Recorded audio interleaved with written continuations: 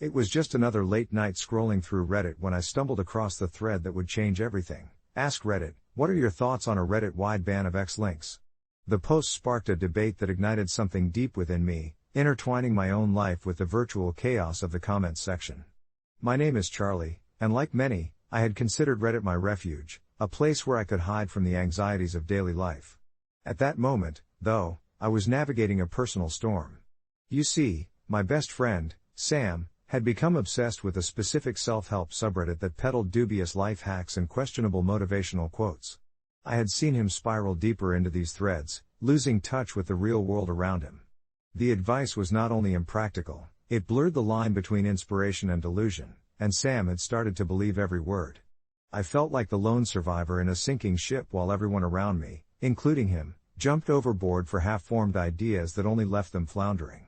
My concern transformed into an internal conflict that crept up on me, whispering questions I was too afraid to voice. Should I intervene? Would it damage our friendship if I called out his fascination with this unyielding stream of pseudoscience? I could envision myself approaching him, a trembling figure trying to pierce through the dense fog of his newfound faith in the absurd. Each day bled into the next, my heart caught in a loop of empathy and frustration as I watched him drift farther away from the person I had known. It wasn't just his obsession, it was how it began to tarnish our connection. Texts went unanswered, our gaming nights cancelled. I felt like a ghost, haunting the remnants of a friendship that was rapidly fading. I wondered if anyone else felt what I was feeling, if any of these Redditors had the same sinking sensation as they typed their opinions, each keystroke echoing with a mix of reasoning and desperation that matched my own chaotic thoughts. Then came the night that everything boiled over. I dropped by unannounced, hoping to break through the barrier he had built around himself. When I walked into his room, it was a shrine to these self-help articles, walls plastered with quotes that floated tentatively on the surface of his reality, mocking our childhood dreams of adventure and inspiration. I stood there, a spectator in my own friend's life, until the wave of disappointment washed over me and crashed into words. Sam, this stuff isn't helping you. You're acting like you've found the magic potion to happiness, but I can't watch you drown in it. You're losing yourself. The silence that followed felt eternal, a chasm carved out by every unread message and every void he had created by immersing himself in the threads of empty promises. The look in his eyes was a mixture of surprise, anger, and something that resembled a fading glimmer of understanding. My heart raced as I prepared for conflict. I only hoped he could see the friendship behind my words, rather than just the accusation. I wanted our bond intact, yet I knew that sometimes, voicing your fears brings clarity, even at the risk of rupture. To my surprise, he didn't lash out. Instead, after a long pause that felt like a spine-tingling eternity, he let out a breath I didn't know he was holding.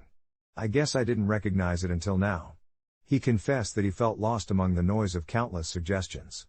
Our conversation meandered slowly, layers of our friendship peeling back to reveal the insecurities and fears that shaped us both. The tension eased, and I felt a flicker of hope as he began to recognize that the community he had wrapped himself in didn't have the roadmap he needed. Over the next few weeks, we designed a plan together, an amalgamation of our own dreams and the wisdom we had learned through navigating stormy seas in the real world. We started with modest goals and allowed each other the grace to try and fail. As Sam and I began carving new paths together, I watched the sinister grip of that obsessive subreddit ease its hold over him. With each setback, conversations became raw yet enlightening, weaving back the threads of companionship that made our bond stronger.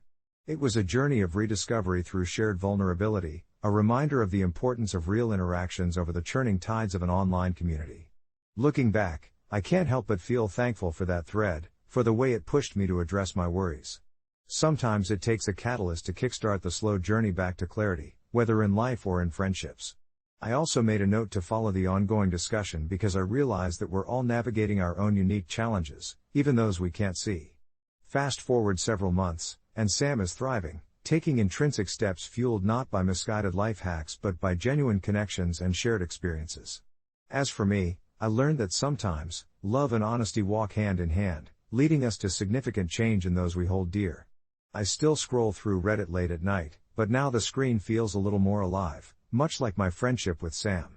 Sometimes I wonder how many others are waiting for a nudge, and I hope they find the strength to speak up, just as I did. Perhaps in every online debate, there's a little piece of life waiting to be unraveled, stitched together with the threads of compassion. And those are the moments worth savoring. It was just another evening, the kind where the sun dipped low in a sky bruised with shades of orange and pink, casting a soft glow through my window as I settled down with my laptop.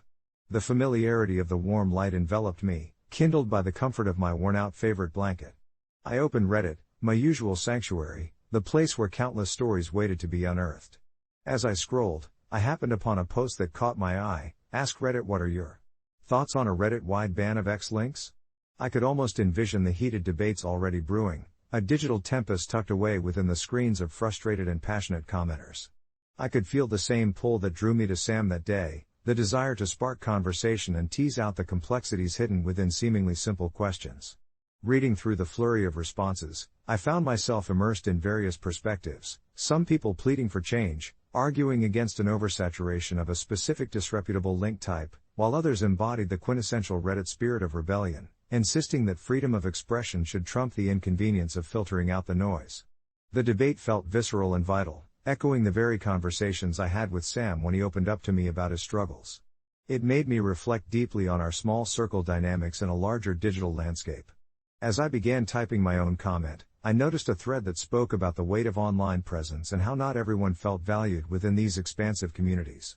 It made me think of Sam again, and how our talks had unearthed layers of vulnerability tucked away behind his laid-back demeanor. My fingers hovered over the keyboard as I paused, contemplating how my words might resonate with someone who needed them just as I had needed Sam's honesty. I recounted my experiences of feeling lost in a sea of opinions and how it often took a single nudge to recognize the importance of speaking up, a reminder that every virtual voice had the potential to amplify someone's reality. I felt a surge of purpose, realizing that even while wrapped snugly within the digital ether, there existed a sacred connection among us all, a web of humanity transcending screens and avatars. As I hit post, I sighed, feeling a mix of nervousness and relief. Would my words spark reflection, perhaps even inspire someone to courageously confront a hidden truth? I returned to scrolling, my heart beating gently in tandem with the rhythm of familiar comments and discussions. Hours passed like slow-moving clouds, and yet it felt as if each moment wove another thread into the fabric of my night. When fatigue began to set in, I scrolled to the top of the thread one final time, pausing at my original comment. It was alive, buried beneath a cascade of new replies. To my surprise, a series of thoughtful reflections unfurled in response to my simple nudge, a ripple effect echoing the very change I celebrated with Sam. People were sharing their own experiences, confessing to moments of doubt where they'd felt overlooked, or admitting they had long shelved their thoughts because they were afraid of being banned from discussions altogether. Suddenly, I felt less like a spectator and more like a participant in an ongoing dialogue. It was in those moments that I realized there was tremendous power in the mundane swap of hypothetical questions and shared traumas that unfolded in forums like these. 12 new notifications chimed, and I opened them one by one, feeling this gentle warmth swelling within me like the cozy embrace of my blanket. Every response revealed another story, another life that had shifted in some way, shaped by connection and understanding, even strangers acknowledging shared fears, laughter shared over memes, or heartfelt apologies raining down in the wake of misunderstandings. As I finally prepared to close my laptop, a comment stood apart, resonating deep within me. Thank you for reminding me I am not alone. I've been afraid to share my opinion on X because I didn't think anyone would care. It felt like a small victory in a vast sea of anonymity, to know that perhaps my words had found a home in someone's heart. A soft smile crept across my face as realization settled in that this digital space could be an oasis from the world's coldness, a realm where compassion thrived, just like the companionship I had found with Sam. Slipping into bed, I let the day's conversations weave into my dreams, and I thought of how often we confine ourselves within imaginary barriers while the universe pulses around us, inviting us to let go and embrace the voices that dance in the shared air. It occurred to me that sometimes, love and honesty could extend beyond our immediate circles, reaching out through the vastness of the internet, waiting patiently for those brave enough to grasp them.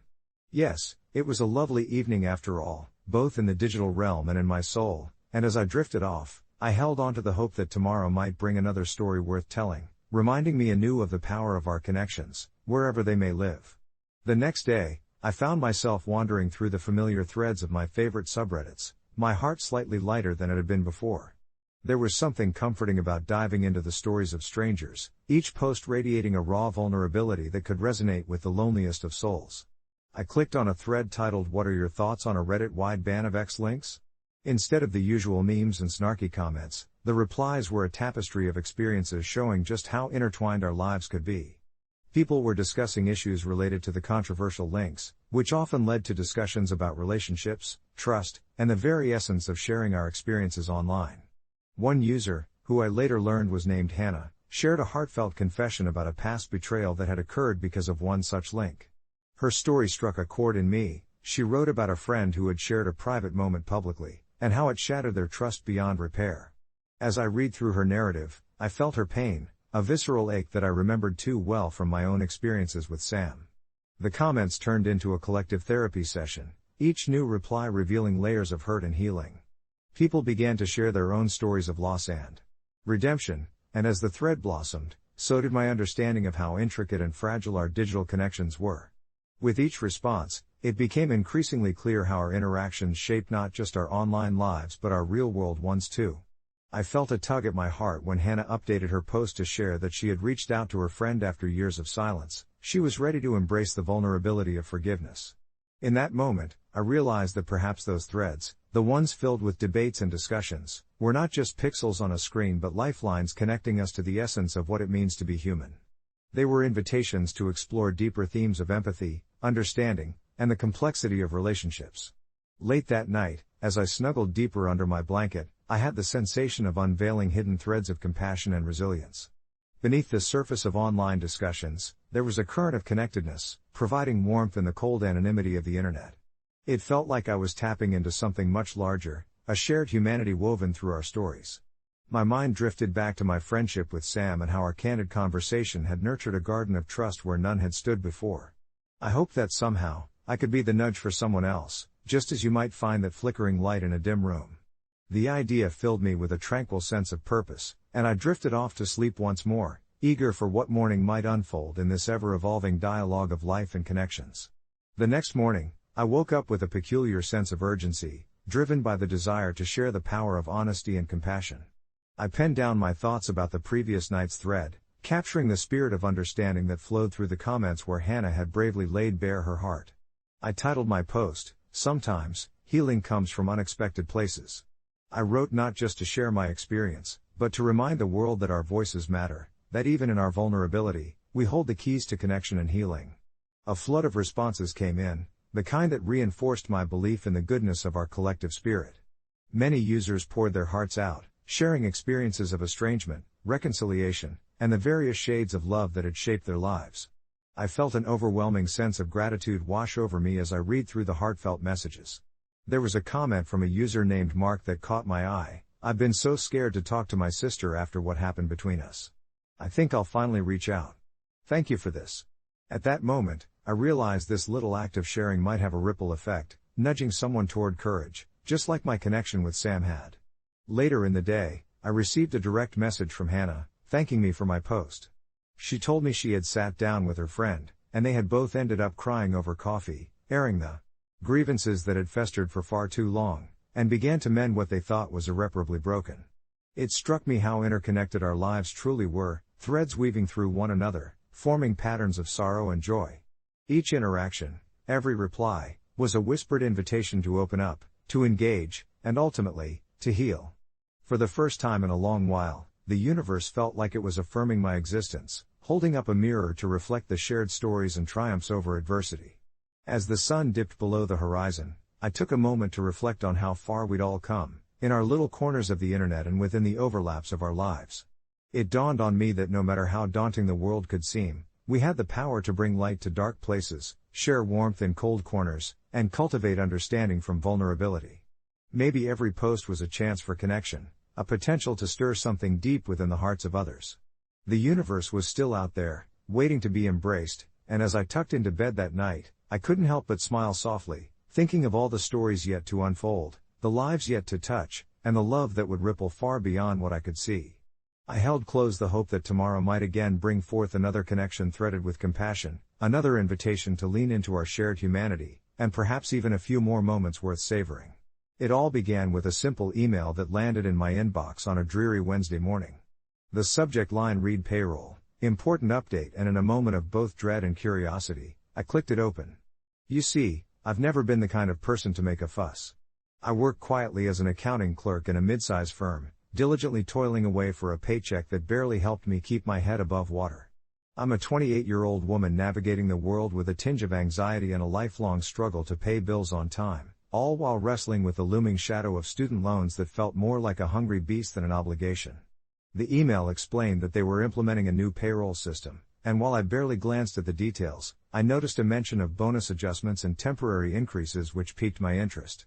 I hadn't thought much of it until the following Friday when my paycheck arrived, and reality hit me like a tidal wave. My eyes skimmed over the digits displayed in my online banking app until they came to a complete stop, staring in disbelief. I was overpaid, by a lot. The total was 5 times my usual paycheck, and a wave of excitement washed over me so instantaneously that I found it hard to breathe. Was it a mistake? A windfall? I rushed to my laptop, retracing my steps through the payroll system, but everything seemed to check out. After skimming through the company's online manual on payroll adjustments, I was relieved to find that they had mentioned this would happen. However, the ramifications of keeping this money loomed over my head like an anxious cloud. For the first few days, I couldn't deter the bliss that came with being suddenly affluent. I treated myself to my favorite meals, replaced my sorely lacking wardrobe with outfits that made me feel like a new woman, and even allowed myself a weekend trip to a quaint little cabin by the lakeside where I could finally breathe away from my work.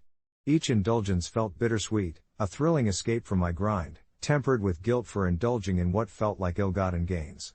As the weeks passed, I wondered how long I could keep this up. Each paycheck became a new thrill in the world of possibilities. I cleaned my apartment, nurtured plants that previously hung on the brink of life, and took my friends out for drinks that ended with uproarious laughter echoing against the bar walls, their expressions of glee making every decision feel justified. But clouds of dread hovered closely nearby. Thoughts of consequence gnawed at my insides during the quiet moments at night, where I lay restless, the weight of the secret driving a wedge between my high spirits and reality. I convinced myself I had no choice but to keep the facade, that it was too risky to report the glitch. After all, I had never even stepped foot into the town hall of corporate policy. I was there to do my job, not to interpret the rules. All it would take was one slip, one whispered word about my newfound fortune, and I could find myself not only out of a job but embroiled in a terrible situation that I wasn't prepared to navigate.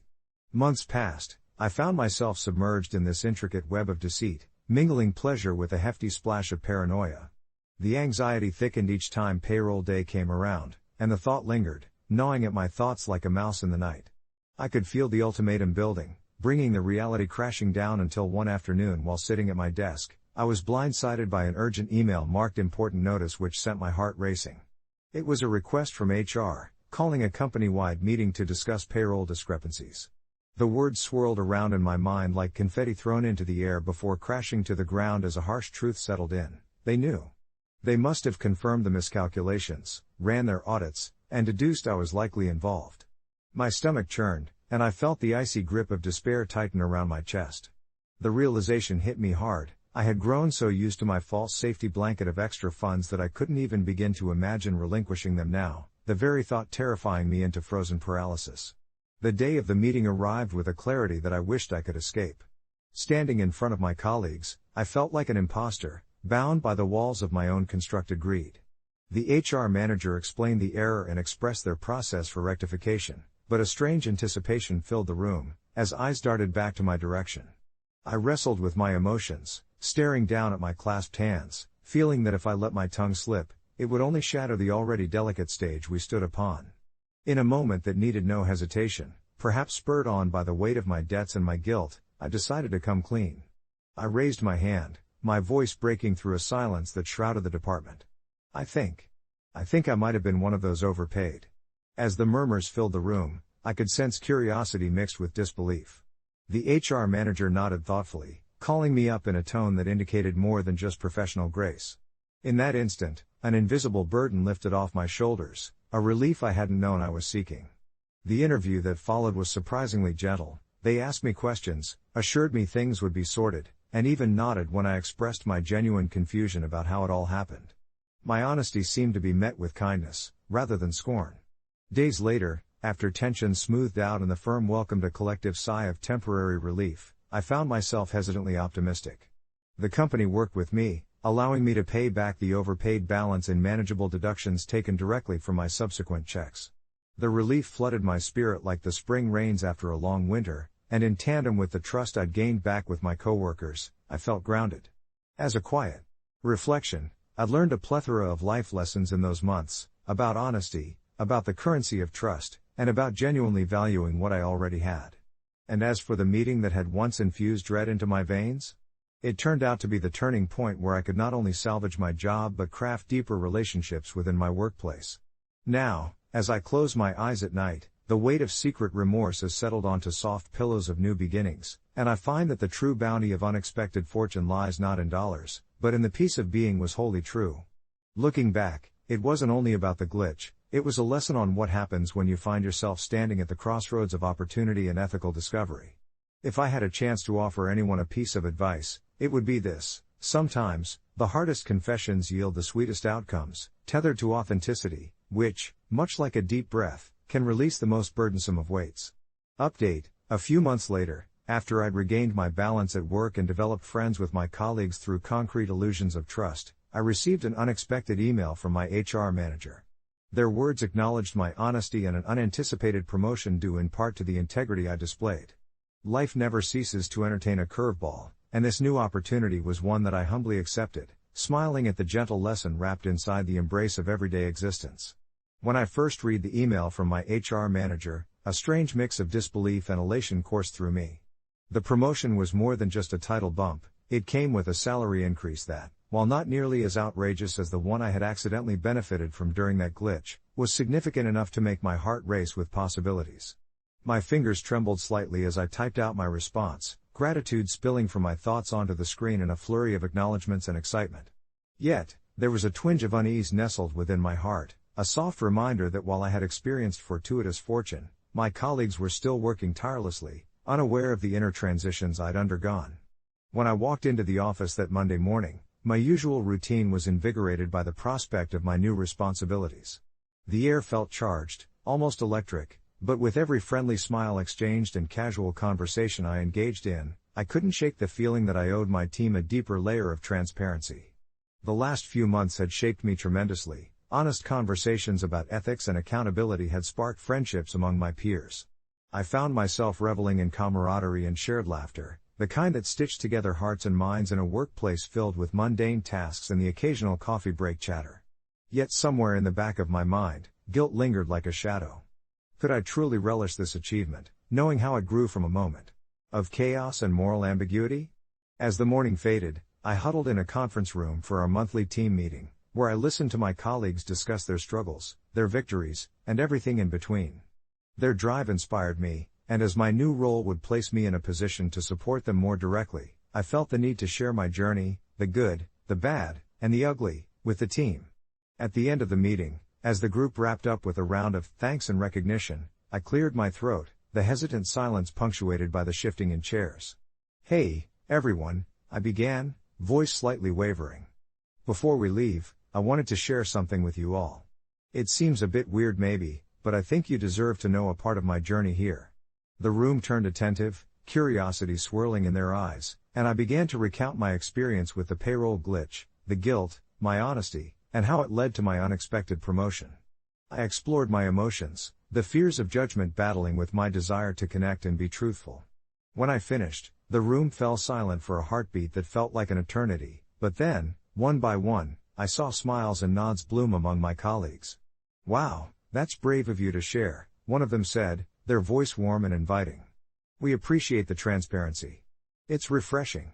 Another chimed in, and soon voices were mingling in a tapestry of support, stories shared, and laughter at the absurdity of life's twists. Through that candid moment, I felt the weight of my earlier guilt lifted, replaced by a profound connection that tethered us together in the shared unpredictability of our paths. The weeks that followed were punctuated by collaborative projects and an exhilarating sense of unity.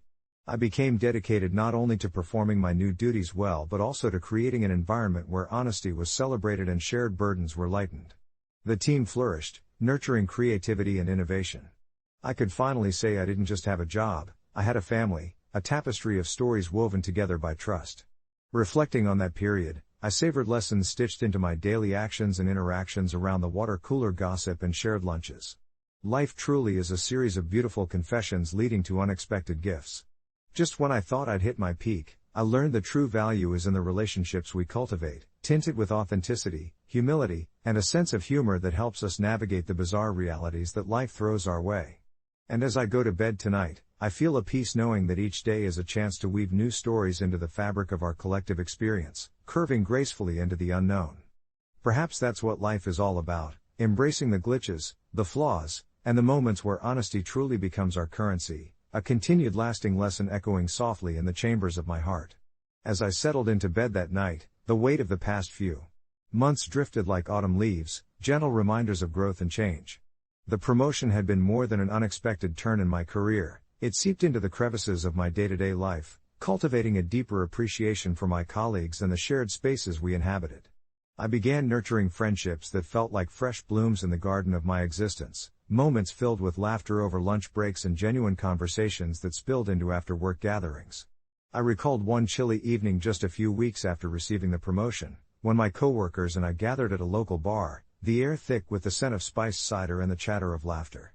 We traded stories about insignificant mishaps that turned into hilariously exaggerated tales, like the time I attempted to fix the office printer, only to battle it for what felt like hours, ultimately throwing in the towel to let my supervisor handle it. It was then that I fully realized the important distinction between taking oneself too seriously and weaving humor into the fabric of our everyday struggles. As these friendships blossomed, an unforeseen layer of responsibility accompanied my new role, demanding diligence and a commitment to accountability that at times felt daunting. I was tasked with leading our weekly meetings, bringing new ideas to the table while simultaneously keeping the energy uplifting. On one particularly rainy Thursday, I stood before my colleagues, a mix of nerves and excitement swirling within me. As I delved into the agenda, I noticed one of my new friends, Sarah, leaned back in her chair with this mischievous grin.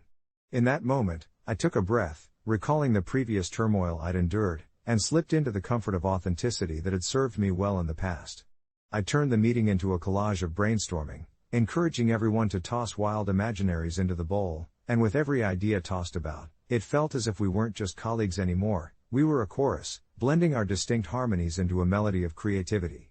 However, not long after, an interesting dilemma nudged at the corners of my happiness.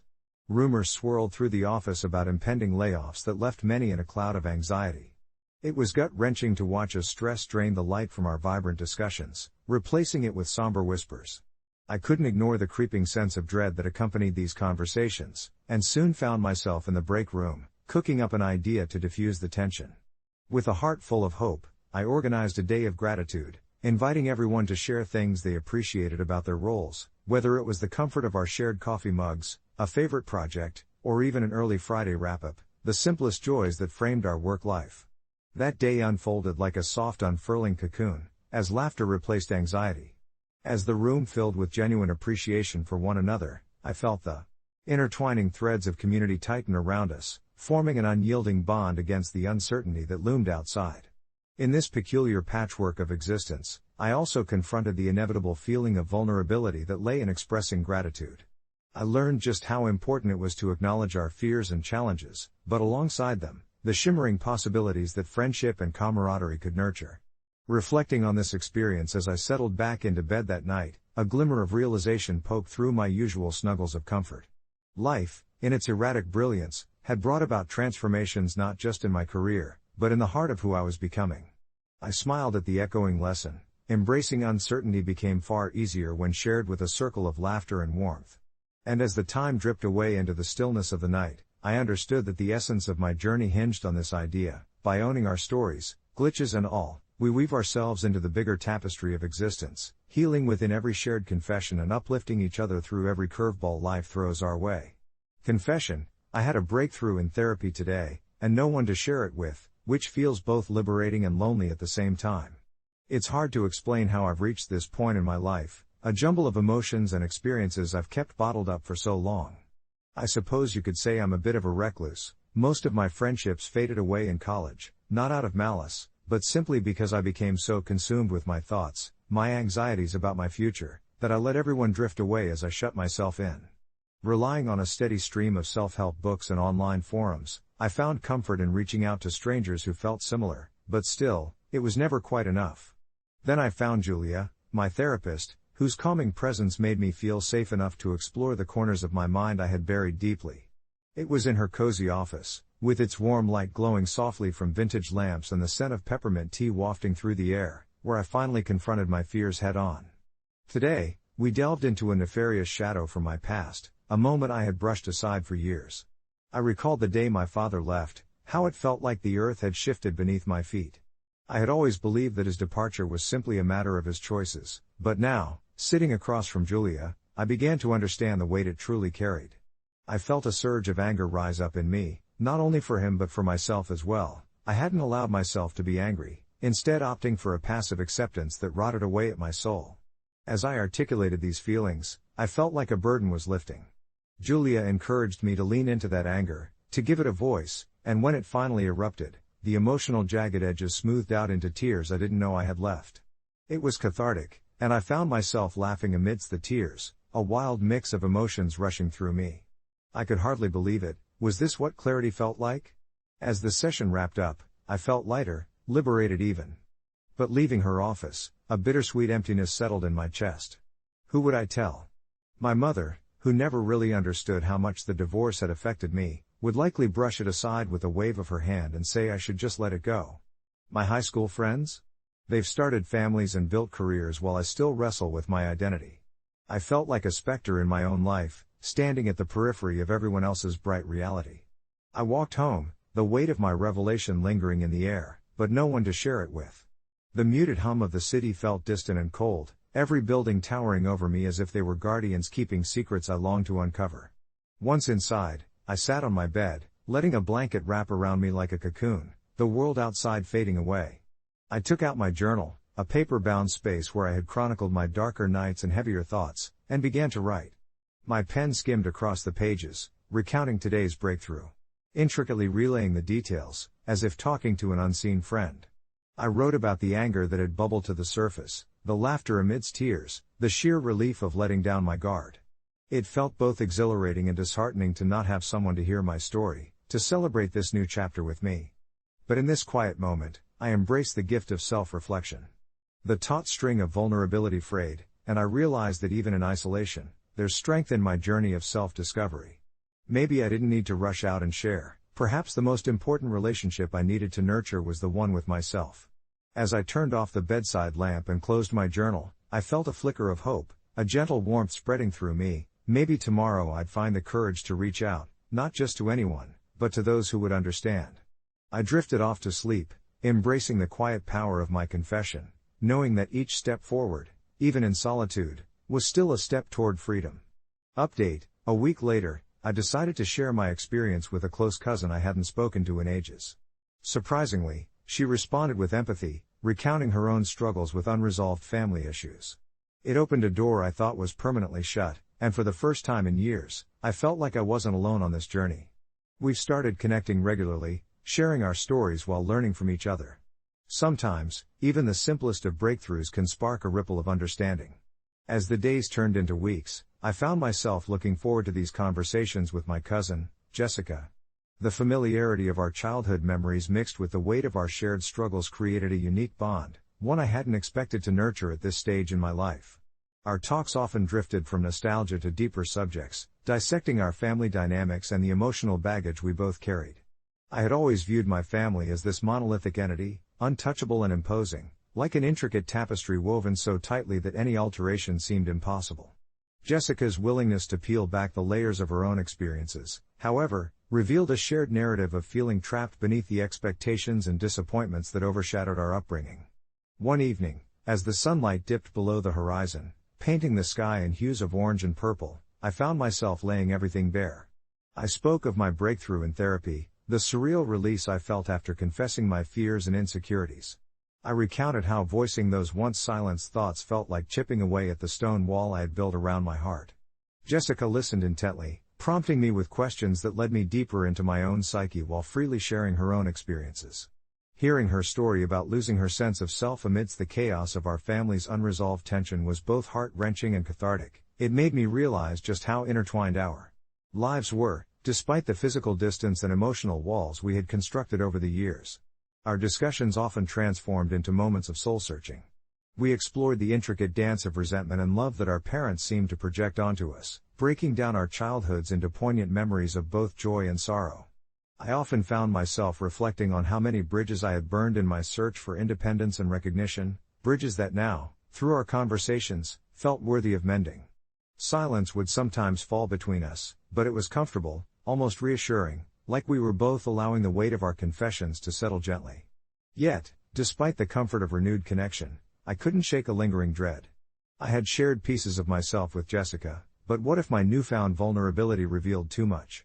What if I evolved and grew beyond the familial ties that had once felt so suffocating? These thoughts gnarled like twisted vines in my mind, and as the anxiety simmered, I realized that my breakthrough was much more profound than I had anticipated. It wasn't merely about me stepping into the light, it was also about redefining the connections I had taken for granted. I hadn't just revealed my truths to Jessica, I was also challenging her to do the same, to reshape our family narrative from one of isolation to one of solidarity. One afternoon, we met for coffee at a quaint little cafe that was a favorite spot of ours when we were kids. The aroma of freshly brewed coffee wrapped around us like a warm embrace. I looked at her, the gentle curve of her smile, the way her eyes sparkled as she spoke passionately about her new perspective on growth, and realization dawned on me, this wasn't merely about confiding in each other, it was about healing together. The fraught histories we carried were not burdens to bear alone but strands of a collective experience that needed to be untangled. That day, we made a pact, one of intention and continued openness. We agreed to delve deeper into our shared histories, promising to approach our next family gatherings not with apprehension but with a newfound strength that stemmed from our conversations. As we left the cafe, I felt buoyed by the sense of community we had resurrected.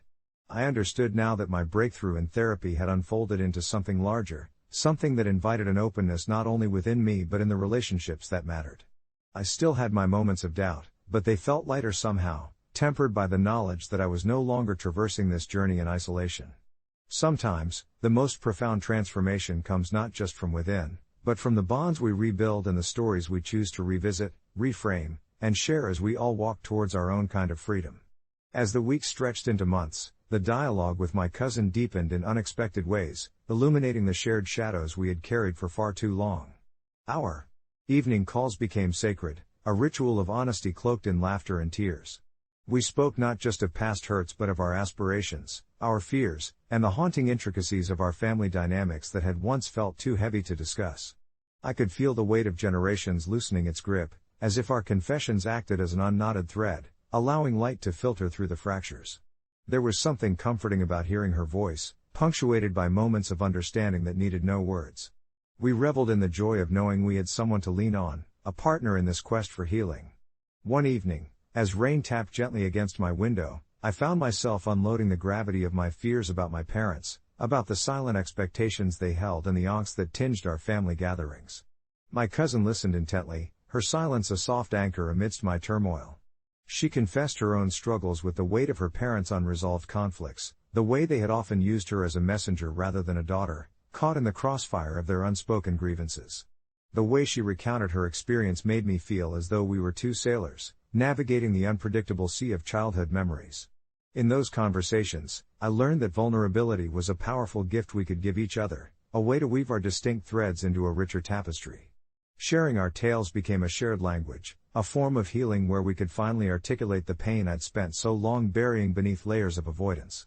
Even as I learned to speak my truth aloud, I found there were still threads left unspoken, nuances of our upbringing that lingered just below the surface. One night, fueled by that familiar mixture of comfort and courage, I dared to divulge a childhood memory that I had long locked away. The afternoon I discovered my parents arguing, words like daggers slicing through the air, shattering my innocence. As I recounted it, I felt tears spill, but they were different this time. They felt cleansing, healing, as though each drop rinsed away an old weight. My cousin empathized, sharing a similar moment from her youth, and in those shared truths, we found solace in the realization that we were not alone in our suffering. There was power in our pain, a kinship forged in understanding, and it sparked something new between us. Gradually, as I opened these floodgates of honesty not just with my cousin but with others, I noticed the threads of my life becoming richer, more vibrant, woven together with sincere connections. A few weeks later, emboldened by the sense of community we had constructed, I took the plunge and invited my cousin to a family gathering. The thought had once filled me with dread, inkling memories of discomfort and judgment, but this time felt different. I was no longer standing on the periphery as the fearful child I once was. As the gathering approached, I prepared myself for the tumultuous waters of family dynamics. My cousin arrived, and as we exchanged casual greetings with our relatives, I felt a sense of calmness settle over me. There was a warmth in the sharing of laughter and stories, a feeling of returning home. When those old family tensions emerged, I caught my cousin's eye, and her reassuring nod reminded me that I wasn't alone in the chaos. With each shared glance, we forged our own fortress of solidarity, empowering one another to speak up when old patterns threatened to overshadow this moment of connection. That night, as I lay awake recalling the evening, I realized that my breakthrough had transformed not only my internal world but also the relationships around me. A vibrant sense of empathy blossomed, inviting healing into spaces that had once felt impenetrable. I thought of how simple it had been to reach out, how the act of sharing had sparked an illumination in the dark corners of my heart. Reflecting on it all, I recognized that a real breakthrough isn't just a moment of personal revelation, it's an invitation to cultivate deeper connections, embracing the profound simplicity of shared honesty. My cousin and I had not only found a bridge over our individual struggles, but we had also rekindled the flame of familial love, showing that sometimes, the path to freedom is illuminated by the stories we dare to share.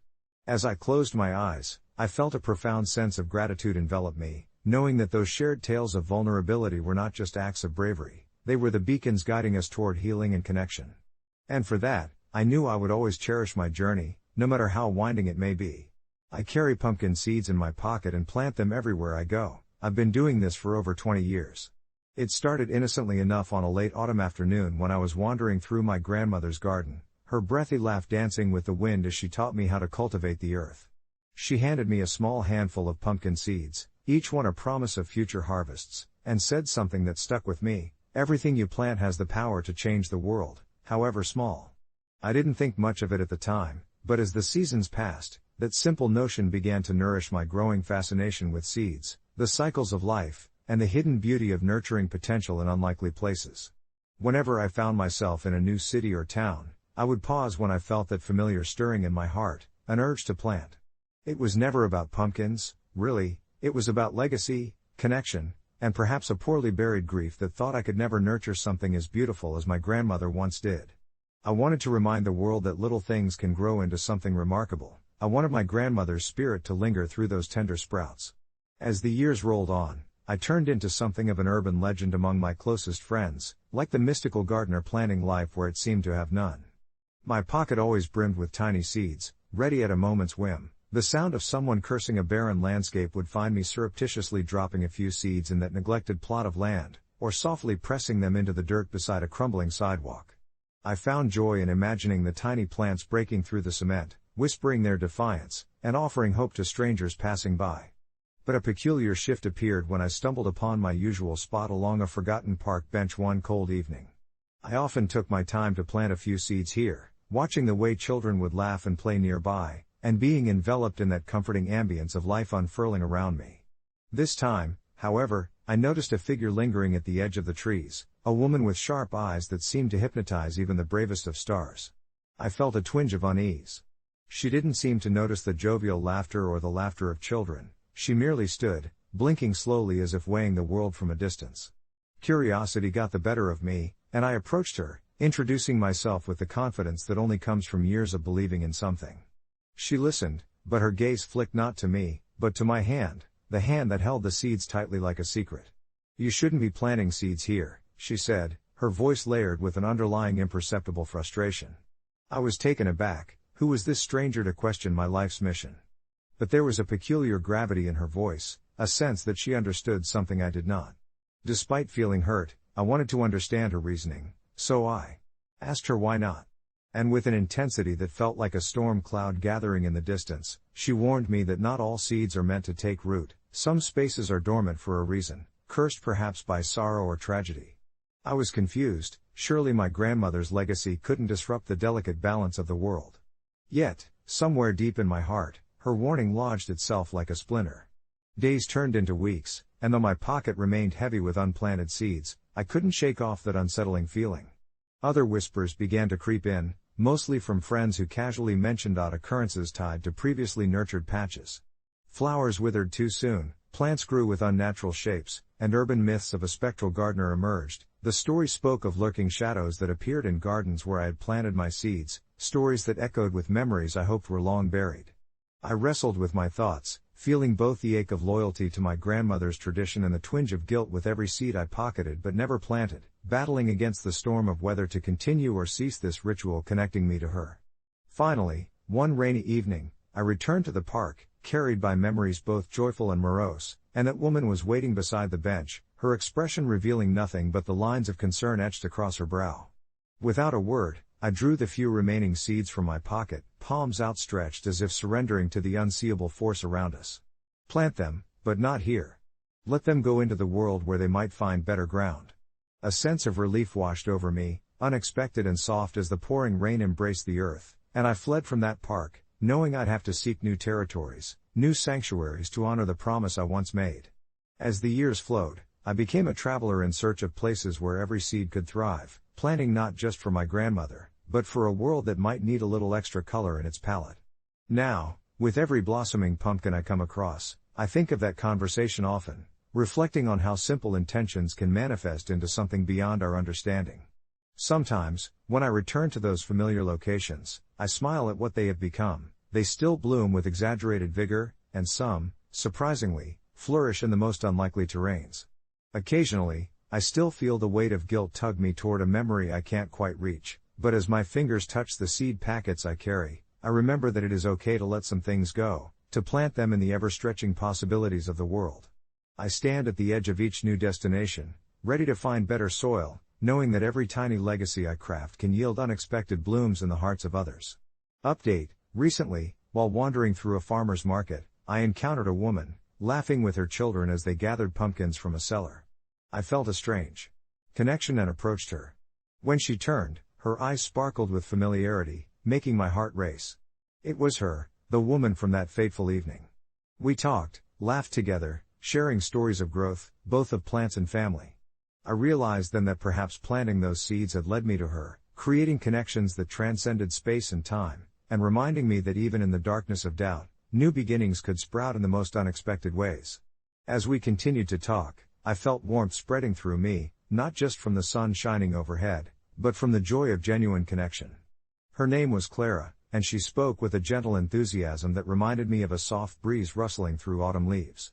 She told me about her garden, how it had become a sanctuary for her and her children, a place where laughter intertwined with the scent of earth and flowers.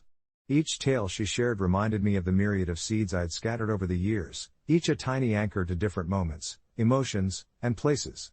I felt a flicker of pride. Each pumpkin seed I had planted was my silent rebellion against the void, my way of nurturing life when my own felt so unmoored. We exchanged stories about our respective lives, my heart fluttering with the thrill of the unexpected, yet this familiar feeling lingering in the corners of my mind as if Clara and I had shared a memory long lost to time. The conversations danced effortlessly, filled with warmth, as if two old friends were catching up after a lifetime apart. As the sun began its descent, painting the sky with strokes of orange and purple, I couldn't help but wonder if planting those pumpkin seeds had somehow returned this lost piece of my own story back to me. Time slipped away, and when the market began to wind down, I felt an inexplicable urge to share my secret, the secret that had shaped the past 2 decades of my life. Amidst the shuffle of people packing up their fruits and vegetables, I glanced down at the small tin I kept in my pocket. It was filled with pumpkin seeds, my little carriers of hope. Taking a deep breath, I confessed to Clara about my habit of planting these seeds everywhere I visited. To my surprise, she didn't recoil or laugh. Instead, she leaned in closer, her eyes lighting up with curiosity and understanding. "You're spreading life," she remarked softly, brushing a loose strand of hair behind her ear. "That's beautiful." Her acceptance melted away any lingering hesitation within me, and for a moment, I felt lighter than I had in years. We parted ways under the twilight sky, exchanging numbers, and I couldn't shake the feeling that this encounter, born from the act of sowing seeds, was destined. As the days turned into weeks, I found myself looking forward to our conversations, each message a promise of laughter and connection. I shared with Clara some of the stories tied to the different places I had scattered my seeds, the old oak tree at the park where I spent hours pondering life, the abandoned lot where colors from wildflowers peeked through cracks, and the quiet beach where I had walked alone during storms of doubt. Clara listened intently, sharing her own tales, and together we discovered that with every seed, there was a story waiting to grow. One evening, as we were chatting, I mentioned how I once planted a pumpkin seed at a crossroads, a literal crossroads, when I felt lost in life. Clara paused, her expression turning thoughtful. "You know," she said, "it's funny. I used to feel so lost at that same crossroads, but I think I found myself again the day I chose to create my garden. It was then that I realized the true magic of the seeds I'd carried all these years. They were never just about planting pumpkins, they were about the connections they formed, the memories cultivated in the soil of my life, and the friendships nurtured despite the passage of time. That simple act of spreading seeds translated into hope, leading me to Clara, someone who saw the world through a lens of beauty and growth, just like I did. As our relationship blossomed into something more profound than I could have envisioned, I felt a twinge of guilt creep in. While I was overjoyed at the newfound bond, I couldn't help but worry about the weight of my secret. I feared that revealing the full extent of my obsessive planning might tarnish our connection. Yet, as clumsy as it was, I felt an inevitable pull towards honesty, towards laying bare the parts of me that had been shaped by both joy and sorrow. One evening, over a cup of tea that Clara had brewed with her children's help, I finally shared my fears, how my association with the seeds often blurred the lines between joy and grief for me. Clara listened, allowing my words to settle like dust in the soft light of her cozy kitchen, before gently assuring me that we all carry our own seeds of pain and hope. In the following months, I watched as our friendship flourished, evolving into something even more enriching than I had expected. Together, we decided to create a community garden, inviting others to share their stories and plant their seeds, be it real pumpkin seeds or the metaphorical seeds of hopes, dreams, and healing. As we tilled the soil together, laughter surrounding us like the aroma of fresh earth, I realized that those seeds I had carried in my pockets for over 2 decades had not only been about growing pumpkins but about cultivating a garden of connections and shared experiences, where life flourished in unexpected ways. The garden became a haven for the neighborhood, a place where toiling hands came together, nurturing their personal journeys while embracing the beauty of community. Now, years later, as I look around at the vibrant blooms and bustling laughter that echo in the garden, I feel a profound sense of gratitude. The seeds I planted in moments of loneliness had woven a tapestry of stories, friendships, and love, intertwining with Clara's life and so many others, reminding me that the smallest acts can have immeasurable impacts on our paths. The lesson I learned through all this is that sometimes, we must spill a few seeds into the unknown to watch as hope and connection take root, finding their way through even the darkest of soils. And just like those pumpkins, we often bloom in ways we never imagined possible. As I stood there in the vibrant glow of the farmer's market, surrounded by the warm aroma of baked goods and the laughter of children weaving through the stalls, I felt a soft breeze brush against my cheek, and for a moment, it was as if the universe was affirming the serendipitous nature of this encounter. Clara and I exchanged stories, her children, their laughter echoing alongside our words, brought life to our conversation.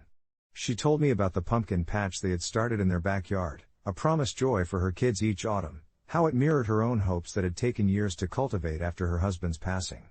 My heart ached with understanding. I spoke of my own journey, of the seeds I carried and planted through life's seasons, and as I recounted my 20-year ritual, Clara listened with an intensity that felt both comforting and intimate. It dawned on me that she too had known grief, yet here we were, sharing laughter and anticipation, bridging the divides of our histories as if fate had orchestrated this reunion. As the sun dipped lower in the sky, casting golden rays across the market, I noticed the pumpkin seeds nestled in my pocket, heavy with meaning. They had been a lifeline for me, a testament to hope during solitary nights spent wondering if I'd ever reclaim the joy I once knew. And now, standing here with Clara, it was apparent that through those seeds, I had inadvertently sown hope into others' lives too, reaching far beyond my own existence. The connection we shared felt like the intertwining roots of the very pumpkins her children gathered, binding us together in ways I was only beginning to understand. I could see her tenacious spirit reflected in the way she maneuvered through challenges, nurturing her kids while still embodying her own dreams, and it inspired a shift within me. Perhaps it wasn't merely about tending to the plants but nurturing the bonds we create with each act of kindness, each seed we scatter into the world. The afternoon faded into a soft twilight, the sky painted in delicate hues of lavender and gold, and I knew I didn't want this moment to end. So, with a mixture of excitement and trepidation, I suggested we exchange numbers, confronting the idea of forming a friendship in real time, beyond the realm of chance encounters. Clara's smile bloomed brighter, lighting up her face with enthusiasm. "I'd love that," she said, a gleam in her eyes that mirrored my own beliefs about fate and connection. As we exchanged numbers, I marveled at how easily two people could find a common ground in shared heartache while also discovering the promise of companionship, like two seeds finding their place in the same garden. In the days that followed, our friendship grew in unexpected ways. Texts turned into calls, and those turned into coffee dates that flowed effortlessly, punctuated by laughter and stories of our pasts, binding us closer. I met her kids. They were full of life, each visit to their home unveiling the world through their eyes, imagination unfettered, playfulness reigning supreme. I became a part of their little pumpkin patch, helping them nurture the plants that mirrored not only the story of their growth but also the healing process we all embarked upon together, learning one another's rhythms as shared lives often do. The more I immersed myself in Clara and her children's world, the more I realized how, through the simple act of planting seeds, I'd inadvertently transformed my lonely journey into a tapestry of relationships that enriched my heart and soul. Each pumpkin we nurtured in the garden became a symbol of our collective resilience, echoes of our laughter rustling through the leaves, reminding us of the roots we were cultivating together. I couldn't help but feel that the garden had, in many ways, become an extension of my own personal renaissance, a blossoming of hope and connection. But amidst the joy, I couldn't silence the whispers of doubt that sometimes crept back in. Could this really be it? Could I have truly found a new beginning so soon? One evening, while helping Clara and her kids carve pumpkins for Halloween, I found myself lost in thought, the glittering candlelight casting playful shadows across our faces. Clara must have sensed my distraction because she gently nudged me, her eyes piercing through my fog of insecurities. "What's on your mind?" she asked, genuinely curious. And in that moment, I poured out the remnants of my fears, my vulnerabilities tumbling forth like unwieldy seeds spilling across the ground. With earnest compassion, she reassured me, sometimes, we need to trust that the seeds we plant will flourish in their own time. Just as we've sowed pumpkins together, so too have we begun to nurture something beautiful between us. It was a simple, beautiful truth that struck a chord deep within me, urging me to embrace the journey ahead without the weight of expectations. Reflecting back on my 2-decade-long ritual of planting pumpkin seeds everywhere, I realized it wasn't simply about hoping for a garden to grow. It was an embodiment of faith in the power of life's smallest gestures, nurturing connections and building toward a future I couldn't yet comprehend. From that point on, every time I planted a seed in our shared garden, I felt an invitation to lay down roots, not just for the pumpkins but for the relationship budding between us, one that offered a path from solitude into community. Our lives began to intertwine seamlessly, a rhythm of support and companionship that inspired both of us to flourish. Clara and I became each other's harvest, brightening the dull moments of life with laughter and understanding. I watched, day by day, as hope sprouted and took form, nurturing not only the pumpkins in the patch but also the brave new beginnings our lives had shared. And that realization felt as miraculous as witnessing the very first green shoots pushing through the dark, rich soil of our intertwined fates. In the end, I found peace in knowing that sometimes, even the most solitary journeys lead us to unexpected gardens of connection, where laughter and love bloom amidst the shadows.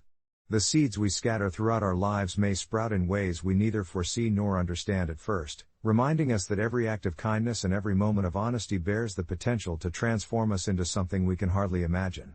And as I look around at the thriving pumpkins each harvest season, I am left with not just gratitude but an entire garden of friendships blossoming around me, roots intertwined in ways that span the heart's vast corners, one seed, one connection at a time. It was a simple question that caught me off guard one evening while scrolling through my phone. If the person you hate the most were to experience one slight inconvenience every day for the rest of their lives, what would you choose it to be? The phrasing was innocuous, but it stirred a tempest of thoughts about Brian, my former best friend turned bitter rival. We had been inseparable in high school, feeding off each other's competitive spirit, but that all unraveled when he backstabbed me over a girl who couldn't have cared less about either of us. It was petty, really, but the betrayal carved a deep groove into my memories, and every encounter with him since had flared up feelings of anger and resentment. The thought of Brian dealing with small daily annoyances felt strangely poetic. If only I could rig a universe where he'd trip over the same patch of carpet every single morning or struggle with a pen that refuses to write whenever he needs it. I found myself chuckling at the thought, visualizing his annoyed face and the miserable way he'd kick at the air, cursing whatever god might be listening. As the days passed, I turned this unfocused irritation into a sort of game, mentally cataloging the trivial inconveniences I could wish upon him, maybe make his coffee just a shade colder every morning or cause his shoelaces to untie right before an important meeting. Each little torment I concocted became a cathartic release for me, habitual almost, a meditative routine as I played scenarios in my head and indulged in the glee of imagining him dealing with my carefully curated annoyances. Ironically, I didn't realize how much I started looking forward to it until I saw just how much happiness it brought me, even in thought alone. One day, as I was at the cafe we used to frequent, I was unexpectedly struck by the realization that I hadn't seen him in a while. It was a normal, unremarkable thought, yet it prompted a deeper questioning of why I continued to let this hatred fuel me. Was it worth it? With that in mind, I found myself laughing at the absurdity of my own anger. It was time to let go. The next morning, I woke up with an unusual clarity, a sudden determination coursing through me. Instead of envisioning Brian tripping or getting mild static shocks when touching metal doors, I decided to text him. My fingers hovered over the screen. For so many reasons, my pride still whispered to delete the message, but I found the determination to press send. Hey, it's been a while. Wanna grab a coffee and catch up? I let out a breath I didn't know I was holding, almost exhilarated at this newfound direction. To my surprise, he replied quickly, agreeing to meet.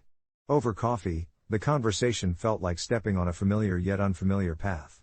The walls between us felt more fragile, as we shared stories from our respective lives, weaving in and out of nostalgia and discomfort. Brian apologized for how he handled things, and I felt something shift within me, a weight lifting. Perhaps instead of plotting as minor inconveniences, I could just choose to let the past go and see where this new chapter took us.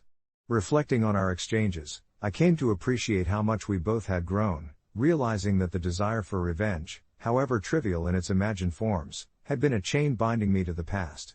Certainly, life wouldn't rewind to the glory days of our friendship, but the animosity was fading, replaced by the tentative glimmer of a new understanding. Later, as I lay in bed that night, a sense of peace enveloped me, soothing a part of my heart that had been in turmoil for too long. In this tangible moment of reflection, I realized that perhaps the real inconvenience had been clinging to my anger for so long, and in choosing to extend a hand instead of a grudge, I'd opened the door to something unexpected and much more restorative. As for Brian, the subtle truth settled in as I drifted to sleep. The slight inconvenience he faced every day turned out to be the revelation that I wasn't going to bear this weight any longer. Update: a month later, I received a surprise text from Brian inviting me to his birthday party. Accompanied by a short message, he wrote, "I didn't know how much I needed to reconnect until you reached out. You were right, our old selves were just that, old. Looking forward to creating new memories." It felt strange and wonderful, almost daunting, as I realized not only had I freed myself, but perhaps we might just start a new chapter after all. As I sat on my bed staring at the blinking cursor on my phone, those words from Brian swirled around in my mind like leaves caught in a gentle autumn breeze. A part of me warmed at the thought of reconnecting, but another was cloaked in a heavy layer of uncertainty. The memories we had shared were vivid and bittersweet, painted with the hues of laughter and tears, moments that felt both distant and ever-present. I took a deep breath, pondering whether we could truly forge a new path after all those awkward silences and the bitter taste of resentment still lingering in the corners of my mind. I decided to go to his birthday party, convinced that perhaps this would be the conclusion of that chapter I had set out to close. The night arrived sooner than I anticipated, and I found myself standing outside the venue, the faint pulse of music seeping through the walls, accompanied by laughter that danced in the cool evening air. I could hear familiar voices, old friends, those who had woven through the fabric of our shared history. But with every step I took inside, my heart flickered with both excitement and dread, like a candle risking its flame in an open draft. When Brian saw me, his face lit up, and that smile, genuine and warm, washed away much of the tension coiled in my chest. We exchanged casual hugs, the kind that had once felt so at ease between us but now carried an unfamiliar weight. His friends were inviting, but my focus remained on him. As we chatted, every word felt like a tentative dance, like we were both testing the waters, waiting to see which direction the tide would pull us. Fleet-footed laughter mingled with the aromas of pizza and cake. Time moved differently in that moment, sticky and ephemeral, filled with a mix of nostalgia and the thrill of new beginnings. Gradually, the layers of our old selves peeled back. We reminisced about our shared memories, the concerts, the inside jokes, the painful goodbyes that had felt like the unraveling of our connection. What surprised me most was his vulnerability. He spoke of his life since the fallout with an honesty that bordered on raw. He mentioned battling his own demons, admitting how my absence had left a chasm he hadn't anticipated. This was new territory, an unexpected twist, as I realized that while I had focused solely on my suffering, Brian had also been carrying his own burdens. As the night wore on, laughter filled the spaces where silence had once resided, and slowly I began to see the glimmers of the old Brian without the shadows of resentment clouding my vision. We both understood that the past could not be erased, but perhaps it could be redefined. As the evening wound down, he pulled me aside, away from the flickering lights and thrumming bass. "I've thought about what you said, about changes and moving on. I realize now that holding on to that anger was just as exhausting for me as it was for you." His gaze was steady, earnest, and for the first time in what felt like forever, I felt the weight of bitterness between us begin to lift. "Can we try to be friends again?" he asked, vulnerability seeping into his tone, and the sincerity of his eyes pierced through the remnants of my doubts. I nodded, emotions bubbling within me like champagne in a glass. "I'd like that." The next weeks turned into a whirlpool of laughter and conversations, as we pieced back together a connection from the scattered fragments of our previous lives. We discovered new places in the city, indulged in late-night ice cream runs, and leaned into long talks over steaming cups of coffee. As I immersed myself in this new dynamic, I could feel something shift within me, a movement from the past to the present, where acceptance blossomed in the fertile ground of forgiveness. With every shared moment, I realized that while the scars of the past may have shaped who we had become, they didn't have to dictate our future.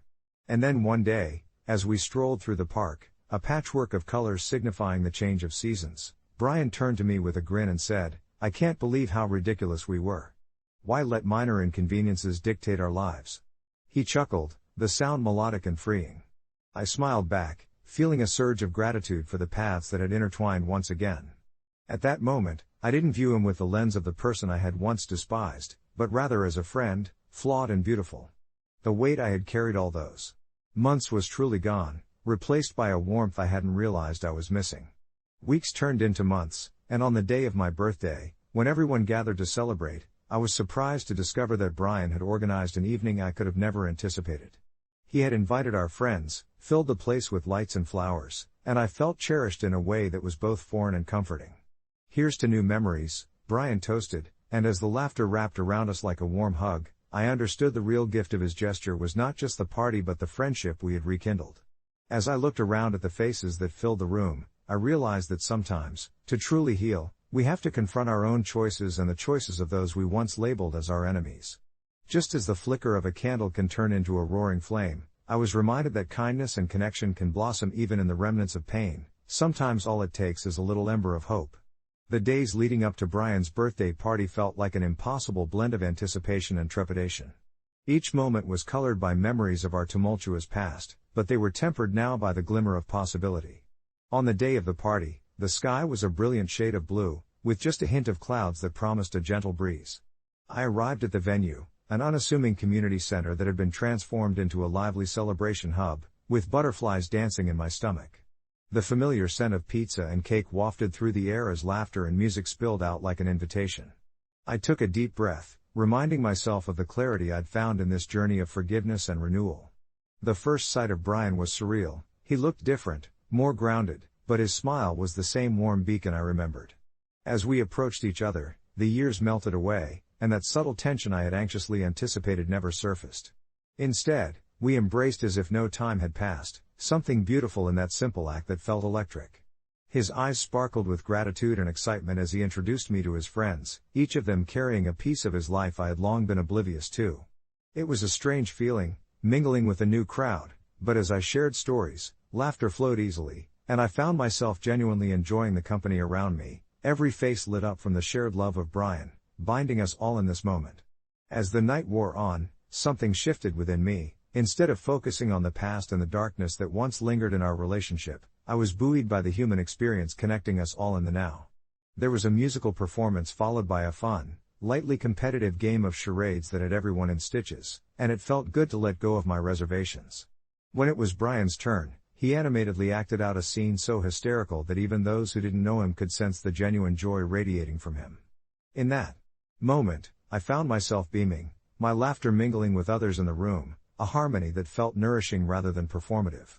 The more I watched him in his element, surrounded by friends who lifted him up, the more I saw the man he had grown into, a stark contrast to the shadow of someone I had resented for so long. Later, we found ourselves standing on a balcony, the cool evening air a delightful contrast to the warm, frenzied energy of the indoors. The city sprawled before us with its lights twinkling brightly like stars fallen to earth, and it was one of those moments where the world felt perfect in its imperfections. "I know we've had our differences," Brian began, his voice steady but laced with an undercurrent of vulnerability. "There were times I didn't recognize who I was, and it sometimes reflected on you. I appreciate you not giving up on us." I hesitated, thoughts swirling with fragments of our past. "Me too, Brian. It took me a while to let go of resentment, but now I see I was holding on to the hurt more than I was holding on to you." We stood in companionable silence, understanding the weight of that moment without saying another word, united by the acknowledgement of how far we had come. As the night started to wind down, I felt a gentle nudge of sorrow, realizing this beautiful evening was reaching its conclusion. But life is infinite in its cycles, and I understood this was merely an interlude in a much larger story.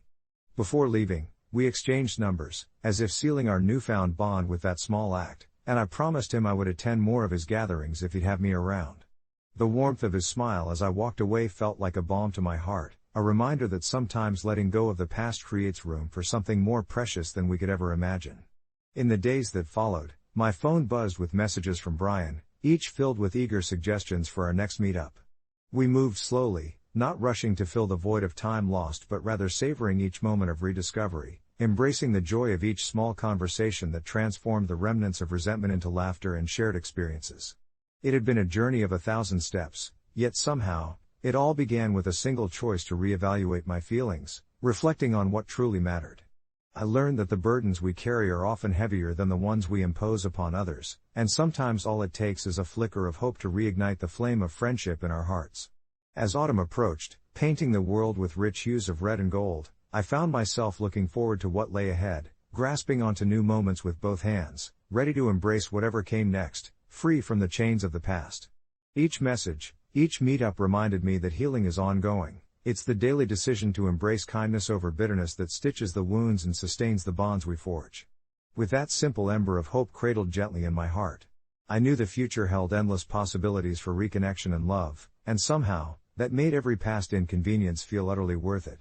They say that family gatherings can bring out the best and worst in people, but I didn't realize just how deep the wound could cut until that Saturday evening at my cousin's house.